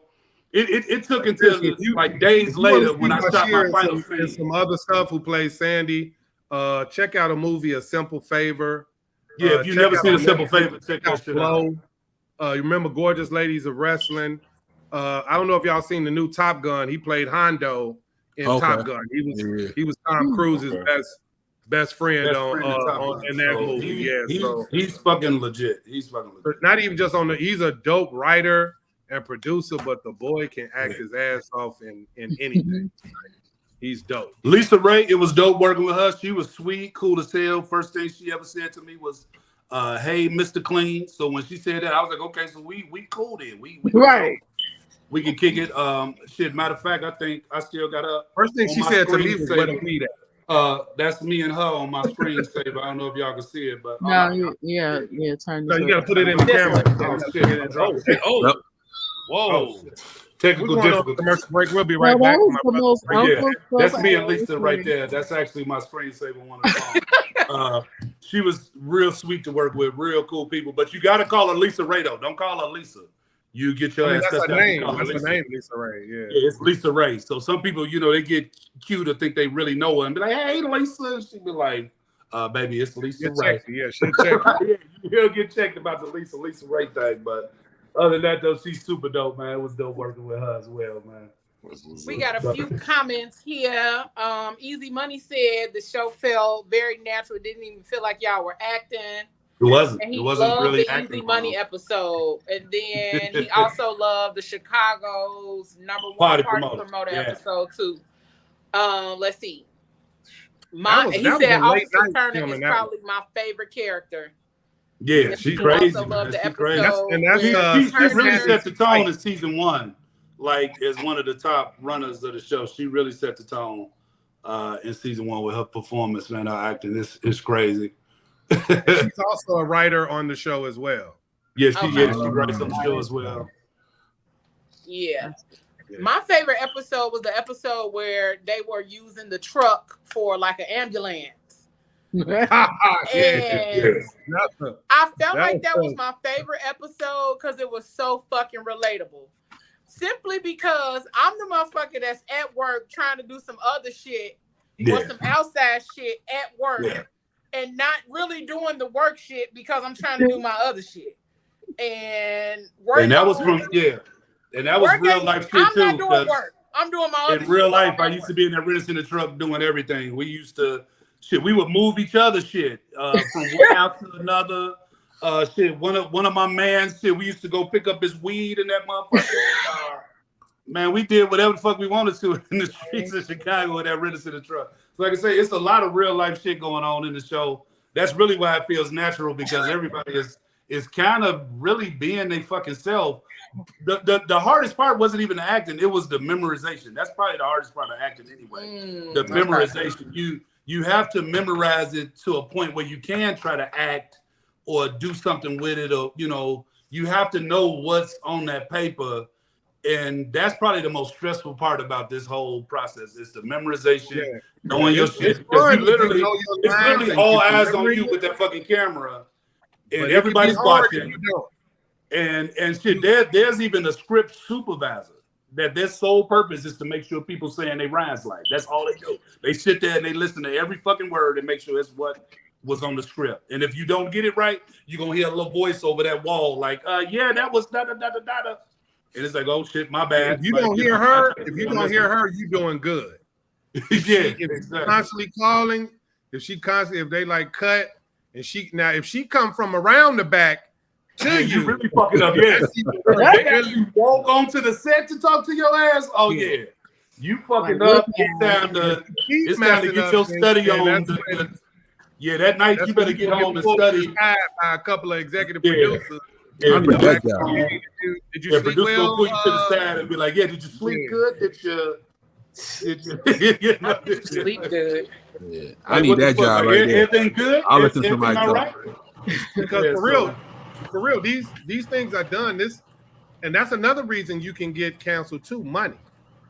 You given a certain amount of money to shoot these episodes in a certain amount of time.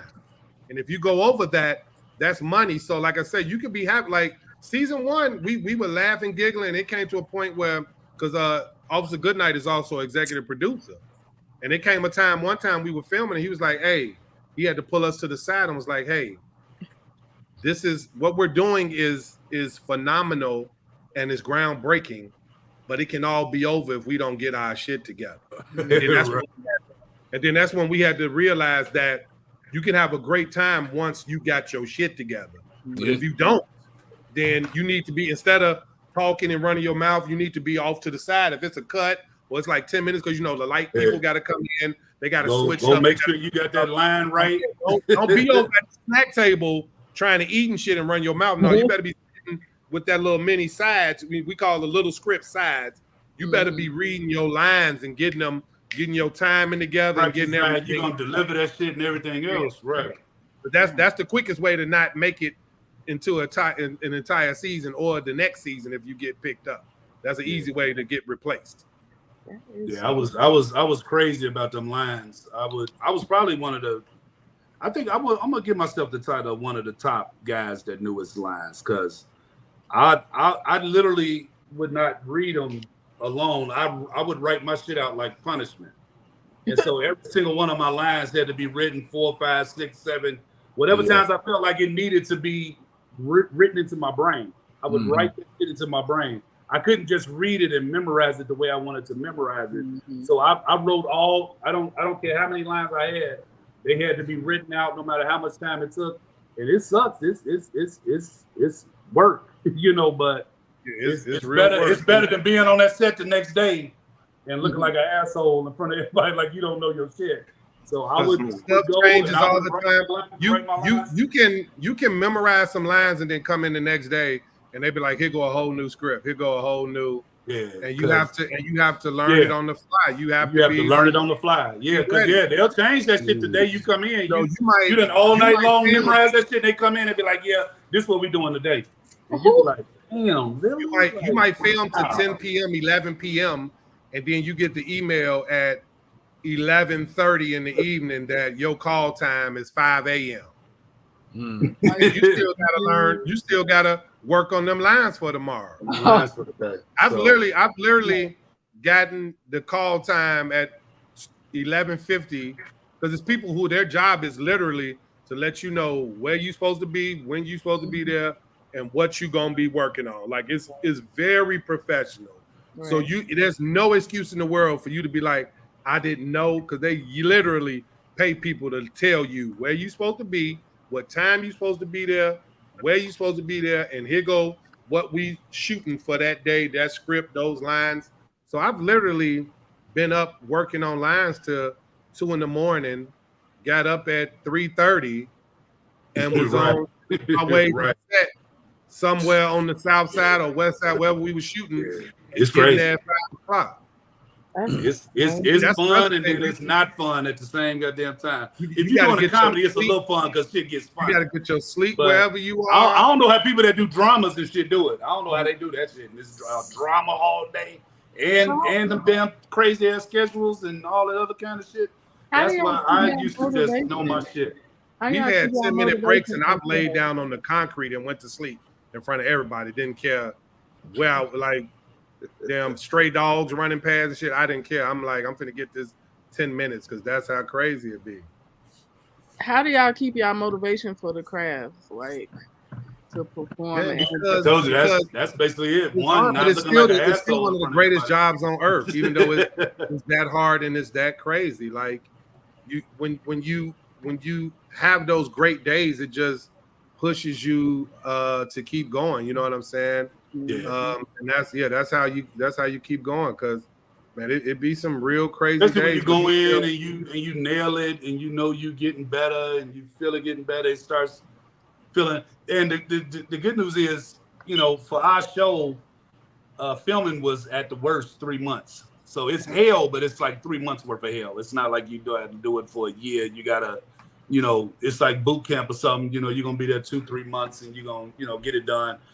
Every single day you might not have to work, but on those days you still got to work because you got to memorize lines for when you do go back to work. So I used to mess my brother in Sultan up whenever we filmed.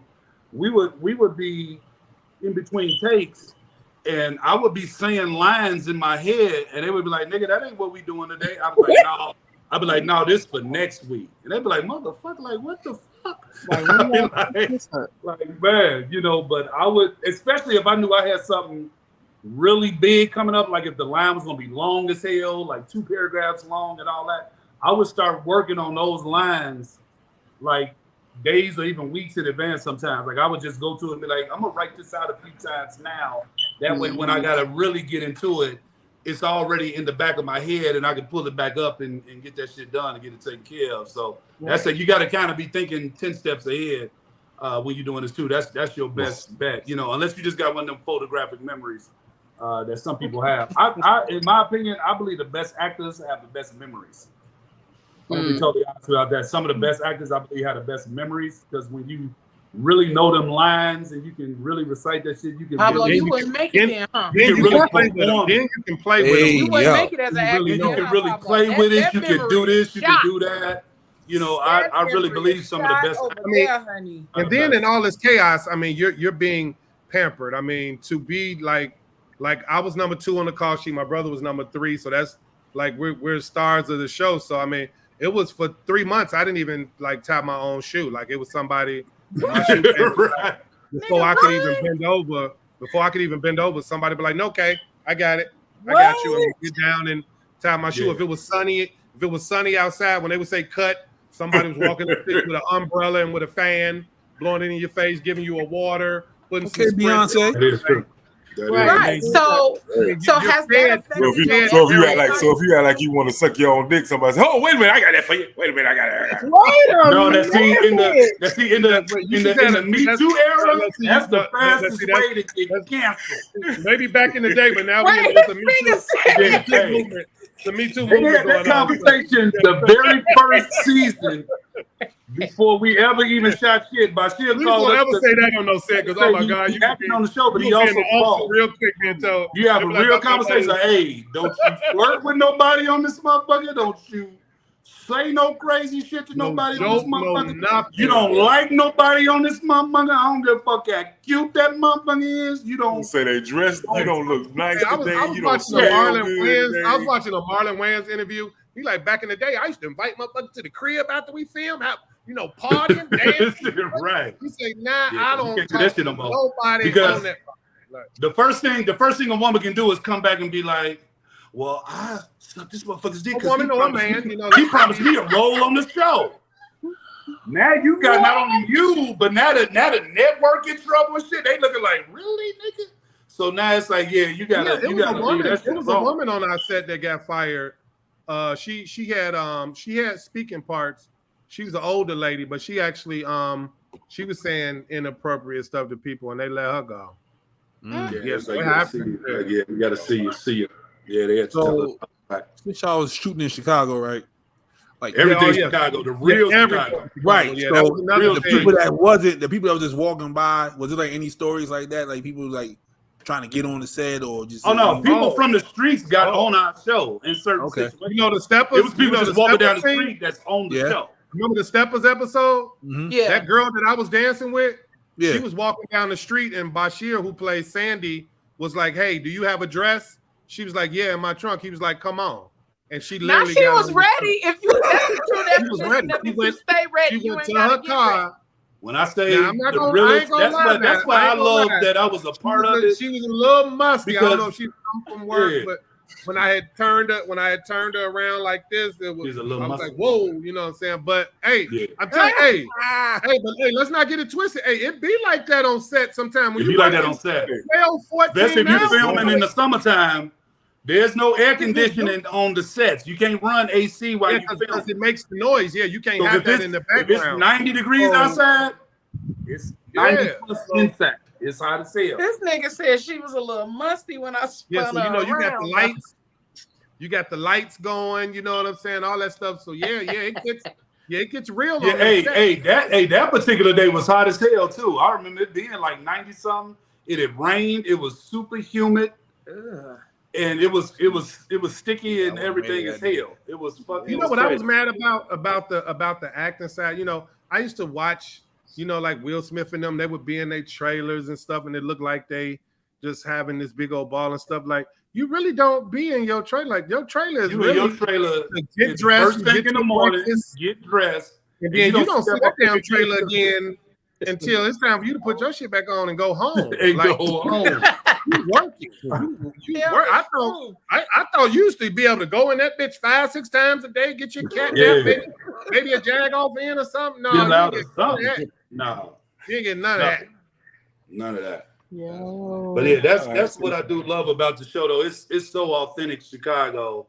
I don't think it'll ever be duplicated. One of the things that's also funny to me, I see a lot of other shows in Chicago now that never filmed on the South Side. They start to shoot scenes and stuff now on the South Side because of us. Most people did not want to film on the South Side at all. We would, well, I ain't gonna say we because I wasn't in any of those meetings or conversations, but they were able to convince the crew that in order for this show to work, it had to be authentically South Side of Chicago. We couldn't be calling it the South Side and people seeing streets on the North Side or the West Side of street, shit like that. It had to be South Side. It had to be the hood. It had to be the areas. But I mean, we had episodes where we went up north and we were on north. We were on the West Side. But if we said we were on the South Side, that's exactly what the fuck we were. We weren't gonna be like we on the South Side shooting on. If we were up north, we let you know we was up north. Like when I let you know we was up north. When we took the grill from the white man, we was actually like, it's pretty up north. You know what I'm saying? Like, you know, exactly. So that was one of the best parts about it, the part that I love the most, because Chicago, as being as dope as it is, we don't get portrayed on television, music, movies, and shit that much. For some reason, it's like, but you would be surprised how much shit gets filmed in Chicago. You know, so much shit filmed here. A lot of shows, like it's pretty much LA, New York, and then Chicago when it comes to this filming industry. No, Atlanta booming. Atlanta is definitely I would say probably we might be right behind Atlanta maybe now or some shit like that. When I found out they shot The Walking Dead in Atlanta, I was like, oh hell, because I watched The Walking Dead too. Walking Dead, that highway he on with the horse. Tyler Perry just made it even crazier with the studio he just built out there. So when I go to different cities now, I actually do tours. So I did a tour in Atlanta, and I found out a lot of stuff I had no idea. I thought that they were in LA or somewhere else. Right. The Walking Dead is filmed in Atlanta.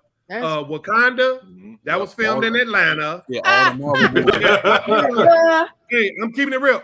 I literally parked my car where remember when T'Challa dad killed his brother because he had stole some titanium or whatever it was. I literally parked in that lot where the kids were playing basketball at, and that building was in Atlanta, that apartment building.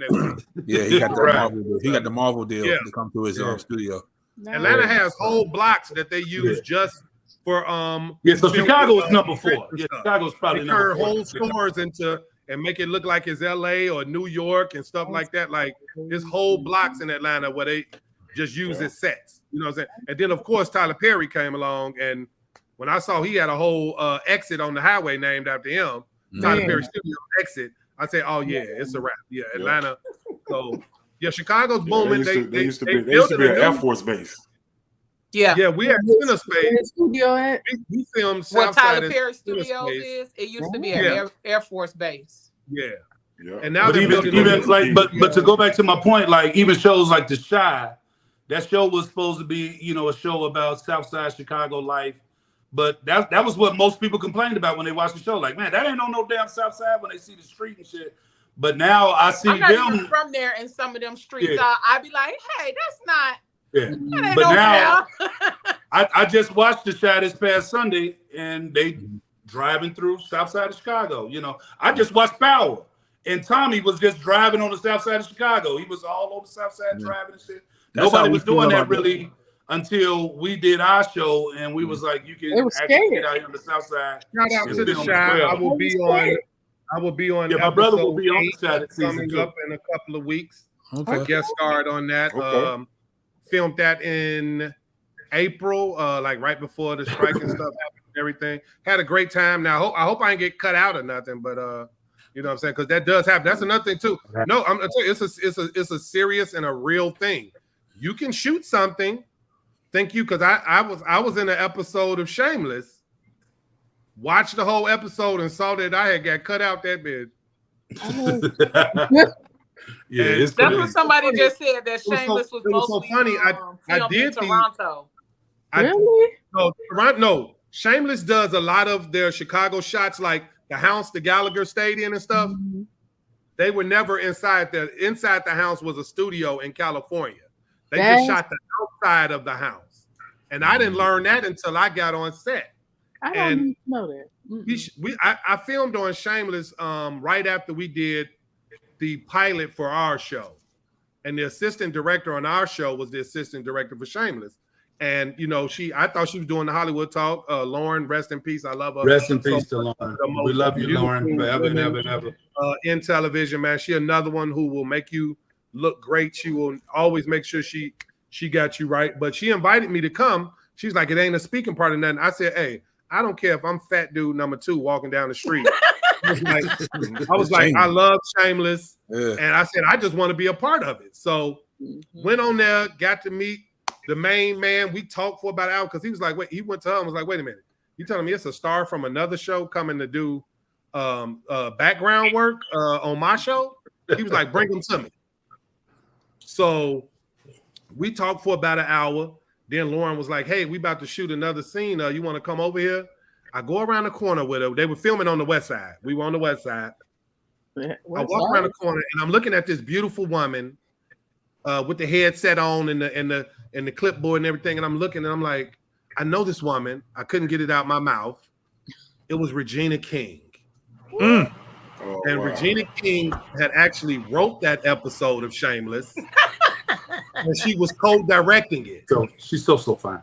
Yeah, she is. She is fine. Okay. So I got to meet her. Like, that's being an actor and also being a fan of people is crazy because I go to some of these LA parties and stuff and I wig out sometimes. And I learned that a lot of people do that with me as well. Like dang, I can't even get his name out my head. We are ordinary people. John Legend. John Legend. I'm at a party on a rooftop. John Legend walks up to me like, man, I'm a fan, dude. He was like, you do great on. I'm like, hold on, pause. You met my baby daddy? John Legend, like, I got a picture of John Legend in my phone.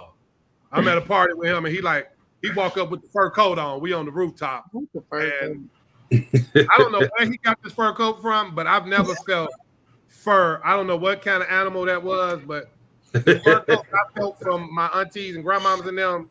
They didn't have this fur that John Legend had. That shit felt like baby butter in the form of fur or something. I don't know. Yeah, the alpaca on. Man, I don't know what, but it was so damn soft. It felt. I almost asked him, could I put it on? That's how good it felt. But so I kind of fan out too. So yeah, just meeting Regina was cool, and she actually the one who got me in the scene because I made her laugh a couple of times, and she asked Lauren, was like, hey, can I put Kareme in this scene? And Lauren looked at me and was like, you want to do it? I was like, hell yeah, I want to do it. So put me in this scene that they was about to shoot. I'm thinking I'm finna be on the show. I watched that episode. I kept rewinding the shit where I was supposed to be. And I learned that it didn't make the cut. And, it didn't make the tape. You know what I'm saying? And I was just so scarred because I was like, damn, Regina King put me in that scene. I didn't have a speaking role, but I was there and I was in the scene with someone who was speaking. So, and they cut the shit. So I was hurt. I was crushed. So what would be you guys' advice to people that are looking to tap into acting or get into the industry? Because we got a few minutes left. We gonna finalize these questions. Yeah, that time went by fast. We gonna ask This is the last question, and then we're gonna let y'all give y'all social media information if people want to follow y'all and how they can check out the show and all of that good stuff. But what advice would you give to somebody who is literally like unsure of how far they want to go with acting, but they just want to try it out? I would tell people, one, be humble, be realistic, have fun, work on the craft. Like I say, it could be doing improv, it could be just doing a number of things, just doing research and working, trying to put yourself out there, and being okay with not making it all the way there, but still enjoying what you were doing and having a good time. Because this, like I say, this world is just like going pro in a sport. Like it's a lot of luck and being in the right place at the right time. Like I say, just our show alone, it just so happened to fit in the right place at the right time. Sultan had a great idea. Bashir loved it. Bashir got a call from the exec from Comedy Central saying, "Hey, I'm trying to add some more adversity back to Comedy Central. Do you have something for me?" And it just so happened that we did at that moment. For the people, and I'm trying to get into this as well, because all my friends, like Bashir, Sultan, Sandra, they always telling me, start writing, write, because that's another great way to get yourself into something as a writer. A lot of Dennis is right. Actors in the game are actually writers who write. So if you got a great script, you can write yourself in, you know what I'm saying, and then bring it. So that's kind of the advice that I would try to stand on your own 2 feet. You know what I'm saying? Mouth right. Porno. You know, if you know somebody in the game, like I say, our boy Bashir had been in the game for 2 decades. Never once did we call him and say, "Hey, Bashir, put me on." Like that's another thing that's crazy. Like a lot of people think once you get a job that now you're part of the hiring management team, and you're not. You're an employee. An actor is an employee employed by someone else. So I can't get you in the background. That's something that an executive producer does. And like I say, they have people who actually do that, who go out and find the talent for the shows. They do, you know, you have to do a lot of, since COVID, now a lot of people now, instead of doing in-person stuff, you do self-tapes where you use your iPhone. I have an Android, but I had to buy an iPhone because Hollywood uses iPhones. So you literally get your own Ring camera. If you watch videos, if you watch any TV show on TV right now, that's all people have is iPhones.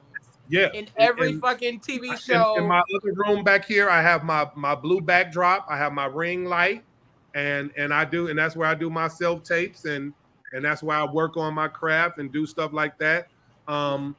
Be ready to get 1,000 to 2,000 no's. Like I say, I've been on Southside for 3 seasons, starred on it, and I've been told no for a lot of self tapes that I've done. I did a self tape for the Barbie movie, didn't get it. You know, I did some stuff for some of the other Chicago shows. Ain't no fat people in Barbie. This is crazy. I ain't want to say it. I'm glad you ain't going to put that out there. I've done a Zoom call self tape and job with the like mystery show where I was supposed to play a detective named Quincy. Which is my brother's name. Ain't that crazy? I didn't get it, but you know, you just got to keep your head up and you just got to keep pushing and keep working. And you got to really, in this business, you got to really be okay with hearing the word no or sorry or actually not hearing nothing at all, because a lot of times you don't hear shit back. The only time when you hear something, that means they might want you to come back and do another, you know, maybe do another interview with them or something like that, or you might actually have the part. but 9.9 out of 10, you ain't gonna hear nothing. Let Rachel ask one more question. We're almost out of time. I'm the moderator now. Hold on. This I'm not asking. Hold on. Let me moderate. Even though I don't have any. Hold on, because I didn't get paid. You paying him to be your timekeeper? Hold on. I'm not asking for any payment. Wait. How you not asking for any Is he payment? getting paid to be the timekeeper? Hold on. I do this for the love of getting people to stop and let's go on to the next thing. That's what I do this for. I do it for the people. I know how to do this. I know how to get this nigga to be quiet. Yeah, Listen. I was just letting y'all know because it was a lot of this is him in real life. There was a lot of information. It's 10 minutes left. Go ahead, Rachel. Ask another question. I just got a fat cramp just from sneezing. Lord Jesus, help me, please. Hold on. I think that was the biggest question that I wanted to know because I know quite a few people that are looking to get into acting. And even just trying to do like the work of extras or anything like that. I know for myself. But yeah, my brother cut me off. That's another thing too. There are a lot of in Chicago, 4-star casting. There's a lot of different groups that actually do the hiring for background work and stuff like that. I tell people to check them out. They're on Facebook, 4-star casting. Like mom checking in. Facebook. That's where a lot of our show used them to do a lot of the hiring for background work and they hired people for speaking parts as well. Like I say, they got to get interviewed and do stuff like that. And a lot of people came on as background, and if Bashir Diallo heard them say a joke or liked them a lot, they put them in there and gave them a line. You know what I'm saying? So yeah. I just tell people just come prepared. Even if you're a background worker. Or if you're the star of the show, just be prepared, be ready to work hard, be ready when they call you. Don't be falling asleep and stuff, unless it's like a real break. Because I've seen people. So pretty much do your research on the my stand-in got sent home. He got fired because he kept falling asleep in between where he was supposed to stand in for me. That baby was tired. He needed some milk. Yeah. If I had to be there at 5, my stand-in would have to be there at like 4 o'clock. Or 3 o'clock. So that's what I'm saying. It's crazy. It's crazy. That's a lot.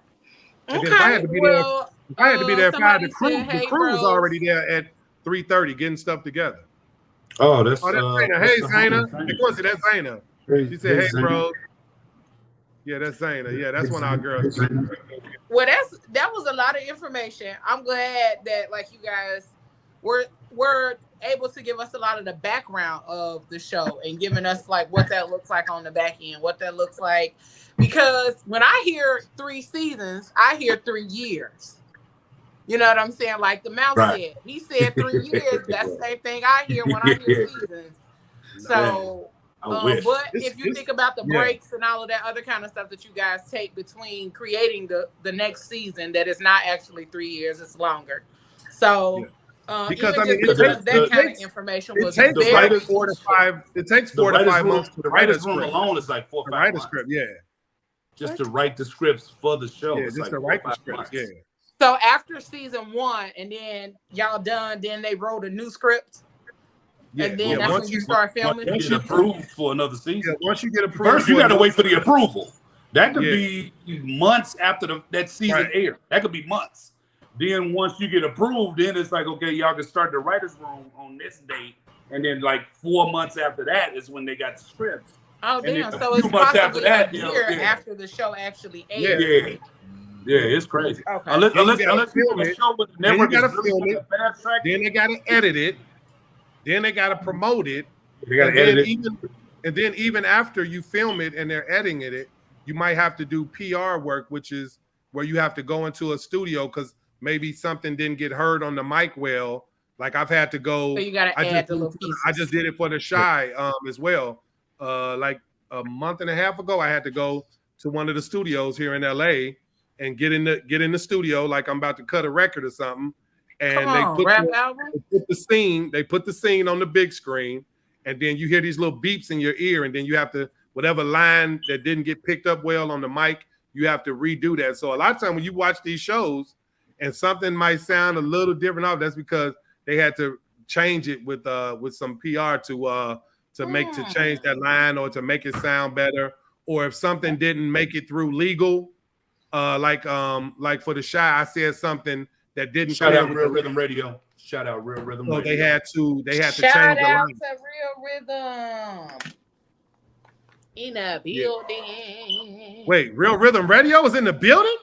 Not the busiest internet radio station in the world, Craig. Come on. Craig. And it is, Craig. Not the 24 hours a day, 7 days a week radio. Not that Real Rhythm Radio. That Real Rhythm Radio. Wow. That Real Rhythm Radio. If you have not, make sure you go check out Real Rhythm Radio. Subscribe to the YouTube channel and follow us on all social media platforms. The Phat Girl Chronicles will soon be premiering on Real Rhythm Radio and all of that. And these two. As well as the Twintertainment will be. Twintertainment will also be on Real Rhythm Radio as well. So we finna get ready to get up out of here. Tell the people how they can follow you and how they can check out Southside. Well, I am on Facebook at regular old Quincy Young. Nothing special about that. On Instagram, you can follow me at Quincy_Young 086 for Instagram. Please follow. I would love to get my followers up. That would make me feel so special.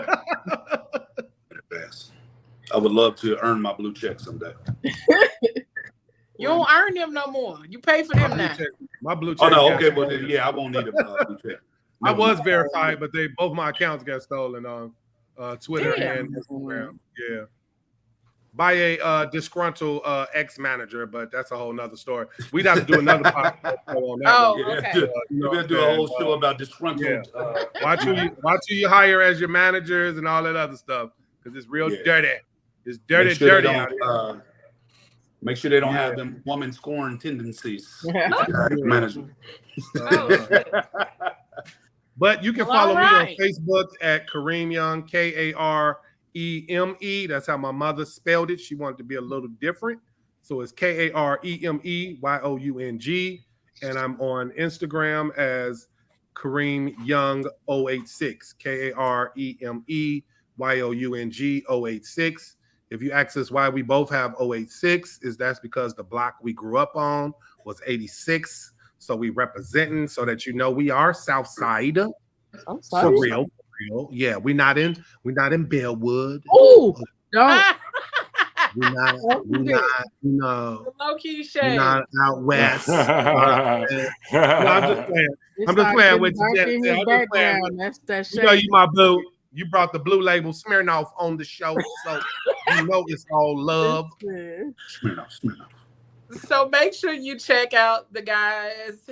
Follow them on all social media platforms, and make sure you check out Southside. It is still on the we forgot to ask that. Yeah, you can still Max. Yeah, it's on Max. Yeah, you can still watch it on Max, which is I guess they changed it from HBO Max. You can still watch all 3 seasons on there, 28 episodes in total. Still funny, still live. I still watch it myself when I need my. I'm probably gonna watch that before I go to bed. Yeah. But make sure you check them out. Catch up on the episodes. If you have not seen the show, go watch the show. Catch up on the episodes. Thank you, Phat Girl Chronicles, for having us. Thank you at the Phat Girl Chronicles for having us. Thank you. Genesis no problem, guys. For bringing the lip gloss to this podcast. Thank you, Pablo, for making it do what it do out of Baltimore. I got the accent right, brother. Yeah, Pablo, cousin. Do what it do out of Baltimore for Pablo.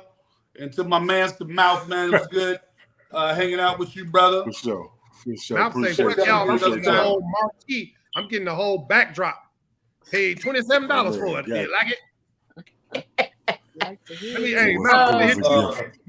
Mouth, I'm gonna hit you because I need me a backdrop like that. And as y'all can see, his show is from 9 p.m. to 12 a.m. Y'all can hear that sultry voice on the Mouth show. So be sure to check him out. He bringing the sultry deep voice with the music and the talk. all night, especially for the ladies. He told me on the all side. that ladies and ladies. He said I was especially. about to say you gotta do it before we Rodney, go. what up, boy? What up, Rodney? Quincy, Rodney just said, "What up, K Stone and Q?" Especially for the ladies. Yeah, I saw that. What's up, Rod?